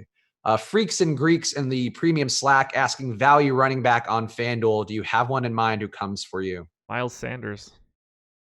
There you go. Just take that. Thoughts on Derrick Henry for FanDuel? I don't know his price on there. On DK, he's priced up, but I still like him. I don't have a single share. Okay. Even on FanDuel where he's like the PPR is less valuable? Yes, very much so. He's 8,600. The most expensive running back that isn't Christian McCaffrey. I'm good. Don't beat my status on this Rams game, asking who on FanDuel would you go to on Arizona if you had to have a piece of that offense? Do you have a preferred guy? Oh, not really. Christian Kirk, I guess, but it's not appealing anywhere. Mm-hmm. I think it has to be Kirk, but it's mostly just by default. Drake, I mean, sort of, but that's not. Drake and Kirk are the only two options as far as I'm concerned. I would agree there. I got I think I got a little more Drake earlier in my crunches, and I was just like, all right, that's fine. Kirk, I don't mind though. His ownership has come down a bit. We had him projected for in the neighborhood of 20% on DraftKings earlier in the week. Now he's down to under 12. I think that's pretty fair. I just kind of don't love the matchup. I will say though, I am playing some Cardinals defense because again, I just really don't love Goff when he's getting blitzed. That was why I do the showdown breakdown videos. And I mentioned that video earlier in the week where I just didn't like the matchup for him against the Ravens. Arizona, really hasn't defended well, but they do send pressure over and over again. And if that Rams offensive line can't protect him, which they've really struggled to do this year, I do think you could see bad Goff again. So that'd just be my one caveat. This game might be a little bit less of a track meet, but I could also be completely wrong. We'll find out. I'm ready to watch some football today. Oddly enough, it's garbage weather here today, so I'm gonna eat some chili. Yeah. Do something else that is really great for sitting around and watching TV, and then watch some football. Yeah, it is cold out here too. It's actually been in the 40s in the mornings, which for LA is very cold and not ideal. I'm surprised you're alive. I know I have to wear my little winter coat, my little puffer coat, because it's cold walking the dogs out there. I'm wearing sweatpants like a real bum walking the dogs. Too cold for shorts, killing me. So temperature wise, it's fine, but we've got like a lot of rain coming, so it's not like I'm gonna go outside in the rain. No, yeah, you would melt. I might melt. The Wicked Witch of the East would melt so fast. We talked about the Maharishi asking, have you guys seen anything on the Packers-Giants weather situation? Total pushing down. We talked about it earlier, Maharishi. It looks like 11 mile per hour winds. I'm not so worried about it, but if you want to exercise caution, that's fine. And if that were the case, I'd get some Aaron Jones in your lineups personally, and maybe Saquon too. Mike Jones? And Mike Jones, of course, who has the phone number again, which I've already forgotten. 281-330-8004. People tagging us in the NBA chat. Good job, guys. I think it's crazy that there are some phone numbers out there that like people can't have. Like you could have it, but like your life is over if you do. You can't have Mike Jones' number. You can't have 867-5309. Like you're dead in the water. 555-5555. That person's fucked. Does that number even exist though? Like I can't imagine 555-5555 actually is like a number. I mean, it probably was at some point in time until someone thought it was just like the generic number, and then all of a sudden somebody was just getting call after call after call. They're like, I thought this was so great. Everybody could remember my number. And then you're just getting barraged every the time that first movie hits. When I'm trying to think, like some Clark Gable movie has 555, like Klondike 5 in it. And you're just screwed for life. Let's see. Looking at the chat. Who else are you getting at quarterback that you feel like you have an appreciable amount of that perhaps people should? Actually, we had one question earlier before we talk about more quarterbacks and just our remaining stacks we haven't touched on. Are you playing anything in this Niners-Ravens game, which seems like a really good real-life game? I'm more intrigued by the Ravens defense than anything here because I think they might mess up San Francisco a little bit. But what are you doing in this game, if anything? A little bit of Lamar, but that's it. Yeah, Lamar's price is nice, and I think I have one stack with him and Andrews and Brown, just to get weird. I got a little bit of Mark Ingram too, just because I do think he might end up running a little bit more here. They do like to go to him in these games where kind of high leverage games that are important and going to be in a high profile spot. I've just noticed that with him. I think the Ravens defense though could be intriguing here. They send a lot of pressure. Garoppolo has struggled a lot with pressure this year. They protect him pretty well, but a 46% blitz rate for them is pretty high for Baltimore. So Garoppolo, I don't think is in a great spot at all. Let's see. No, all right, no good questions there. Who else are you getting at QB that you feel like the people should have some of, or that you feel like you needed some of? So on my last crunch, it went my most exposed guys. These are in order, but this is going to change. Wentz, Mahomes, Winston, Carr, Kyler Murray, Rodgers, Daniel Jones, Jared Goff. That's anybody over 5%. Okay. I mean, here's the deal. It's the guys that project at the highest end of our top stacks tool, or project with massive gaps between that and their ownership. I cut out everybody else. Okay.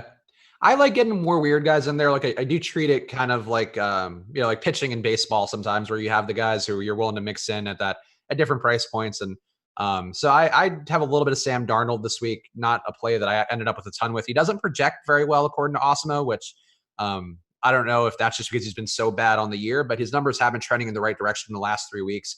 And the Bengals defense is bad enough where I don't mind taking those stabs, but really not a good projection for him though from Osmo. So that does kind of give me some pause. Sure. Pause. Trying to think anybody else. I did get a little bit of Dalton because I do think Boyd and Auden Tate are a nice cheap stack to get to. If you want to run it back with a Bell or a Robbie Anderson or a Crowder, that's one that I think is a fairly decent one if you want to try to save some money. And anybody what do you have in your projections right now as your current multiplier for ginger athletes? Because it seems to be relatively high. You're right. It's weird because I'm so far from ginger in terms of my color palette, but I do support them quite a bit. And this is just more. It's more than just the NFL too. This crosses into baseball for sure. Not really a huge database of ginger NBA players. Kevin Herter. I've been on him. Hasn't been playing, so it hasn't come up at all. Sure. Yeah, I assume that you just is hair equal red times 1.25. Like that's a formula somewhere in your sheet. It's like a Daryl Morey thing or a Moneyball thing where you're trying to find the things that are underappreciated. People think that ginger athletes aren't as good, and I'm willing to pay their prices because I believe in them so much. Yeah. And ginger women too. Just that's. I'm a big fan of Ginger Aid kombucha. I'm a big fan there, if that helps. You were drinking ginger ale the other day with your hooch. I did drink some ginger ale. My wife had some of the hooch last night. We went to a flotilla, a bunch of decorated boats and Christmas lights and such, and then some fireworks. But we brought out the Coal Region hooch last night. Keep you warm. Oh, that's nice. A flotilla sounds like a lovely time. I don't feel like I've ever heard anybody say that they went to a flotilla out loud. So that's fun. That's a first for me in life. Big event here. Big event. Okay. You can't. Is it like your debutante's ball? Oh, no. Honestly, this is the first year I've gone, 10 years. Rarely interested. Former colleague of Katie's has a beach house, so we had a pretty good view of everything. Otherwise, I would have just been standing on the road or something watching it, which is not interesting. Gambling Greenie, how much you want to bet Chris Spags is a Carrot Top fan also? As a little kid, I enjoyed him when he was on Leno, but now I'd be more jealous of his workout routine. That guy's yoked, man. Dude is to the gills. Yoked. He's got to be like he's on something, right? There's no way you get something. He's on everything. I would, I would take PEDs. Why wouldn't you?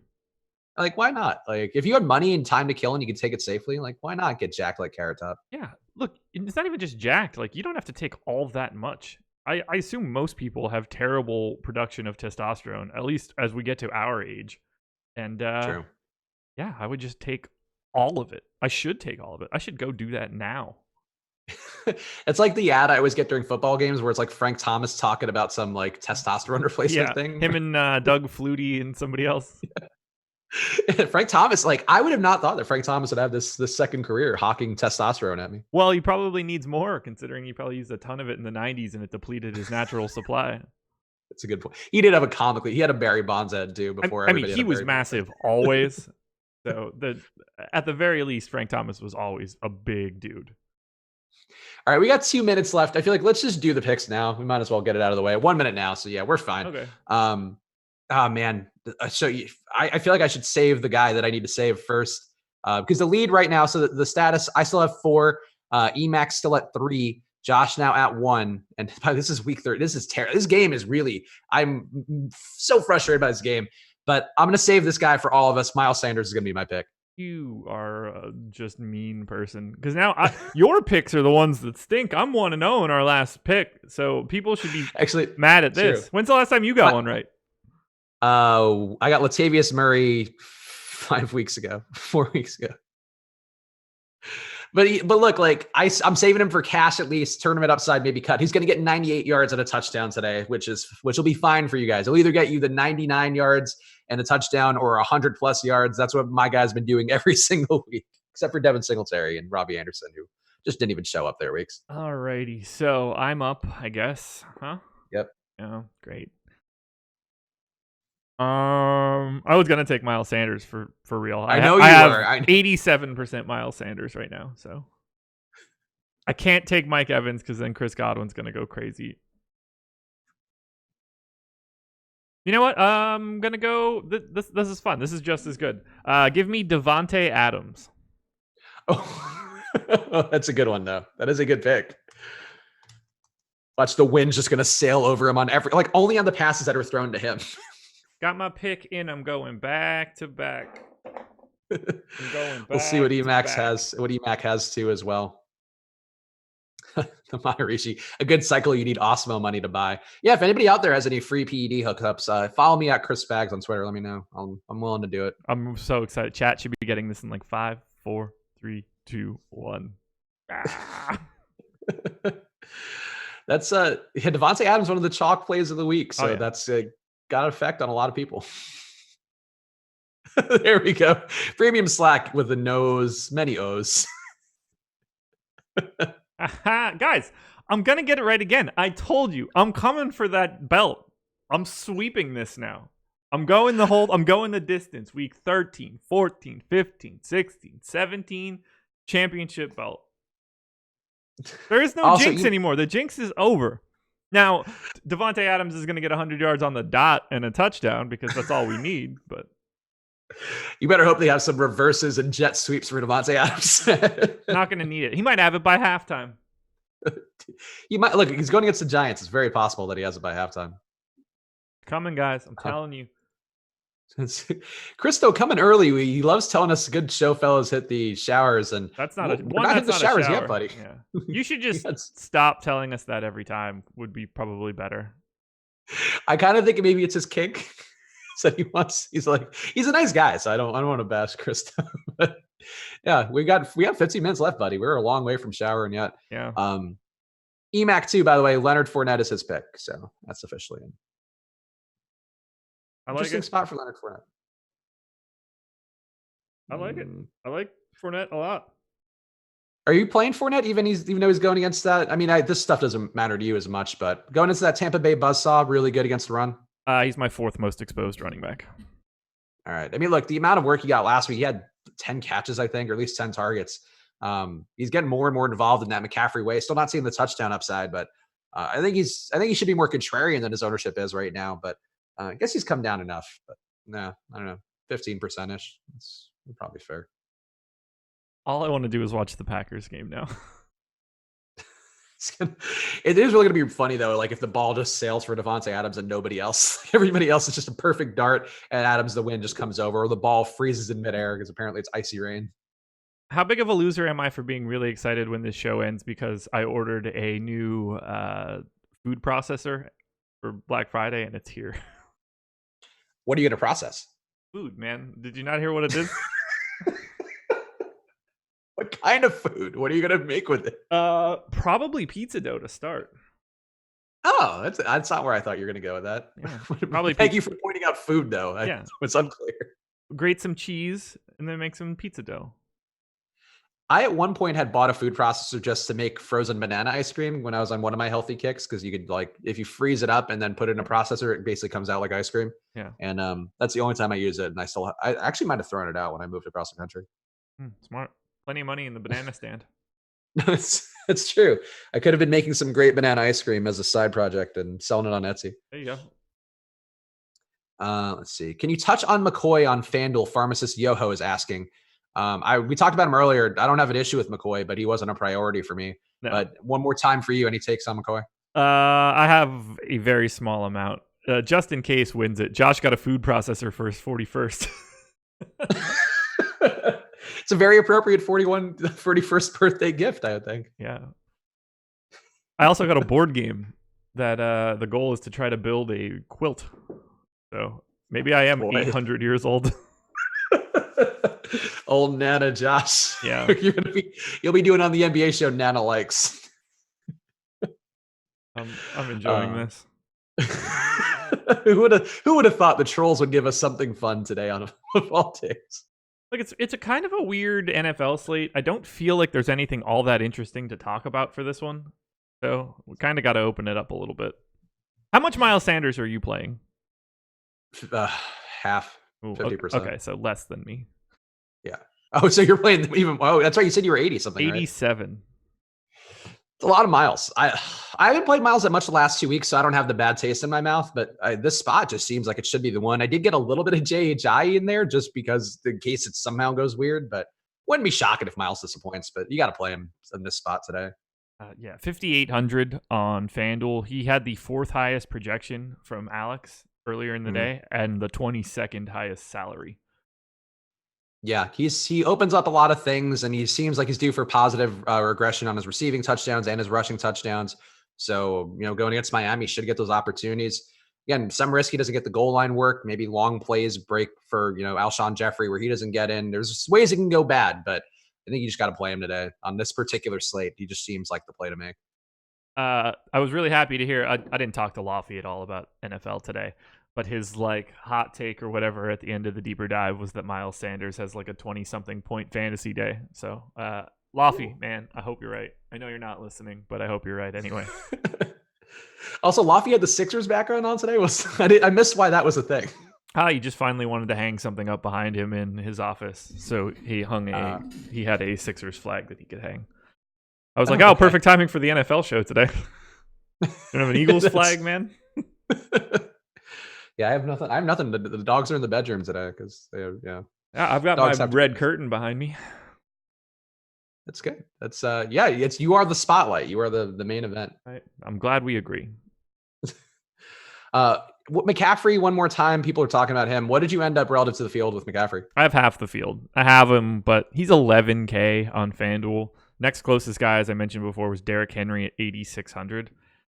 He's really good, and it's a decent spot for value. I'll probably have a lot of McCaffrey plus Miles Sanders, but I can't get to 32%. That's too much in a GPP.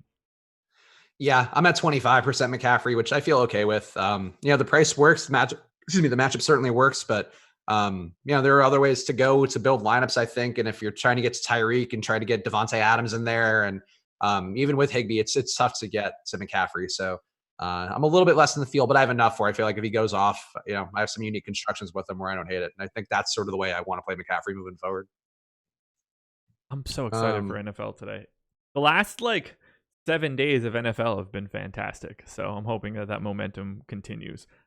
Had a decent weekend last weekend. Got my pick right, which is really awesome. And then had a really good Thanksgiving. So I'm going to get Devontae Adams here again. And then I'm going to win some Skrizzle on Miles Sanders and DJ Moore. Ugh. I did not enjoy last week because of Matt Ryan. So that was Matt Ryan and Julio made me have a really not fun week, despite some fun lineups that just really needed them to do what they were capable of. And that was not my favorite. But this week, I feel good about it. I think this week does seem like you said, it's kind of an interesting slate or a straightforward slate. I think I had a couple angles that I really like, and Hopefully Ronald Jones comes through. I would like that too. And him, Miles Sanders especially. I think we're both very much keen on that. I don't know how many people are in my house right now, but it sounds like a stampede is in my kitchen. Old party Josh. Nah, not old party Josh. Josh is going to go downstairs, get the chili that the wife made, and come back upstairs and avoid girls' fantasy football party while I get baked and play FIFA and watch the NFL. And you process food. Yes, and then I process food. You're just like playing the video game, like, hold on, I got to process something else, pop it in there real fast. Dave, real fast in the YouTube chat, of course, one of our guys saying, Josh's streak is broken like the Undertaker. Devontae Adams will break the slate today. So your streak is very Undertaker-esque, but reverse Undertaker is what you had going. I am the Undertaker, man. Eat, sleep, make picks, repeat.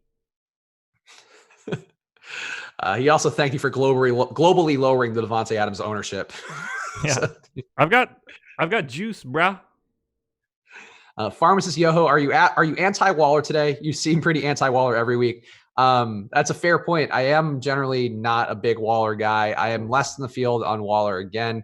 I do think this spot is the one where you'd want to see him because he does play the best coming from behind. It's kind of surprised it didn't work out that way for him last week, though, going against the Jets. So at his price, I don't mind it. The ownership, actually, he has 11% on DK. I think I'm at 8 or so.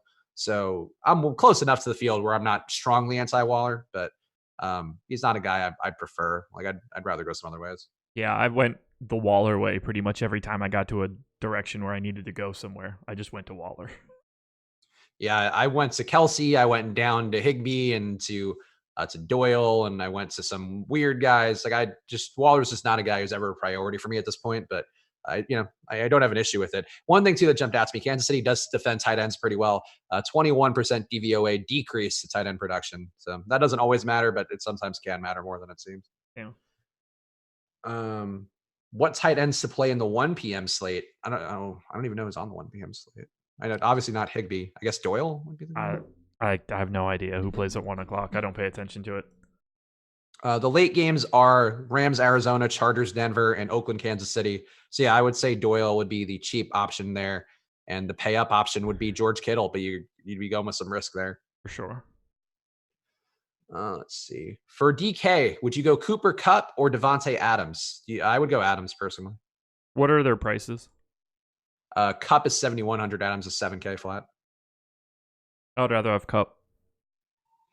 Okay. Yeah, Adams is a chalk, but I talk about the reasons. I'm apprehensive about the Rams. So if we just go neither or with those guys, I think Adams is much safer. Let's see. Mason Rudolph helmet revenge game. He'll have a lot of revenge from the sideline, I'm sure. He'll be watching and cheering along with everybody else.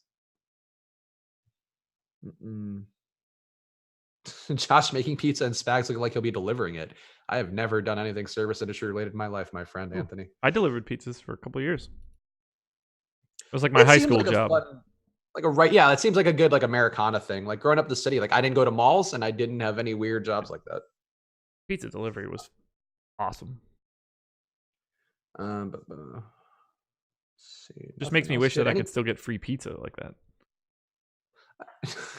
You can just rob a delivery guy if you want. I'm good, man. I could just pay for it too. One of my favorite TV characters of all time, pizza delivery guy, Fry from Futurama. I never saw it. That's such a great show. That's a bummer that you never watched that. I feel like we've talked about this before. We have. I enjoyed episode 3 with the knockoff Ocean's 11 theme for Rick and Morty. Yeah. I rewatched it again the other day. It actually gets better on a rewatch because the you son of a bitch. For some reason, Katie last night, every time she would take us, she does not watch Rick and Morty. She doesn't enjoy it. For some reason, last night, every time she was taking a sip of the homemade hooch, because it's got a little bit of kick to it, she was like, "Ooh wee!" I was like, "What are you, Mr. Poopy Butthole?" Professor Mr. Poopy Butthole. Yeah. Ooh wee. People asking, is there live before lock for the NBA today? Yes, I believe it's actually a solo Eddie show today. It is a solo Eddie show at 4 o'clock. You guys can see that stuff if you go to our YouTube channel. All those events get created at the beginning of the day. You can just see every time that everything's happening. Yeah, there's that. Yeah, that's it is a helpful thing there. We always have them on the YouTube channel page. So just go check it out. And again, subscribe too, so you'll know whenever these things go up, the second they go up. So subscribe, hit the notification bell. It's the best way to find out whenever content's coming up. Anything you're feeling bad? I guess, what are your final exposures now? Because we got 2 minutes left. Mahomes 17, Derek Carr 15, Wentz 15, Kyler Murray 14, Goff 11, Daniel Jones 8, Lamar, Aaron Rodgers, and Winston all 6 or 7, Miles Sanders 87, Saquon 50, Le'Veon Bell 48, Fournette 21, McCaffrey 17, Drake 13, nobody else of value, Kupp, Evans, Moore, Parker, Adams, Boyd, Hill, all 20% or higher. Godwin, Kirk, Shepard getting a little love. Massive amounts of Waller, massive amounts of Kelsey. Double the field on Ertz. Go Panthers D, go Redskins D, go Chargers D, go Steelers D. Yeah, I got Redskins D too. I don't love that one, but I played them, but I don't like, what are they going to do? I guess Kyle Allen can do some Kyle Allen stuff and throw some picks, but yeah. I'd rather pay down for the Cardinals in that spot. Somebody asked about that earlier, I think in the premium Slack, and I had mentioned it right before they asked, but I'm playing not a good amount, but like enough of Cardinals D where I'll be above the field on them because, again, I just think the Rams may have some problems today. But this is one take where I don't feel particularly strong about it, and I won't be shocked if like the Rams get well in this spot. But I just, man, like that Rams team cannot protect Goff at all right now. If you're sending the house after him a lot, he's going to have problems. All right. Nelson Figueroa. We'll go out with this. Happy 41, bro, and many more. Thank you. Thank you. Thank you. Thank you. And on that note, we are locked. 1 p.m. Eastern time.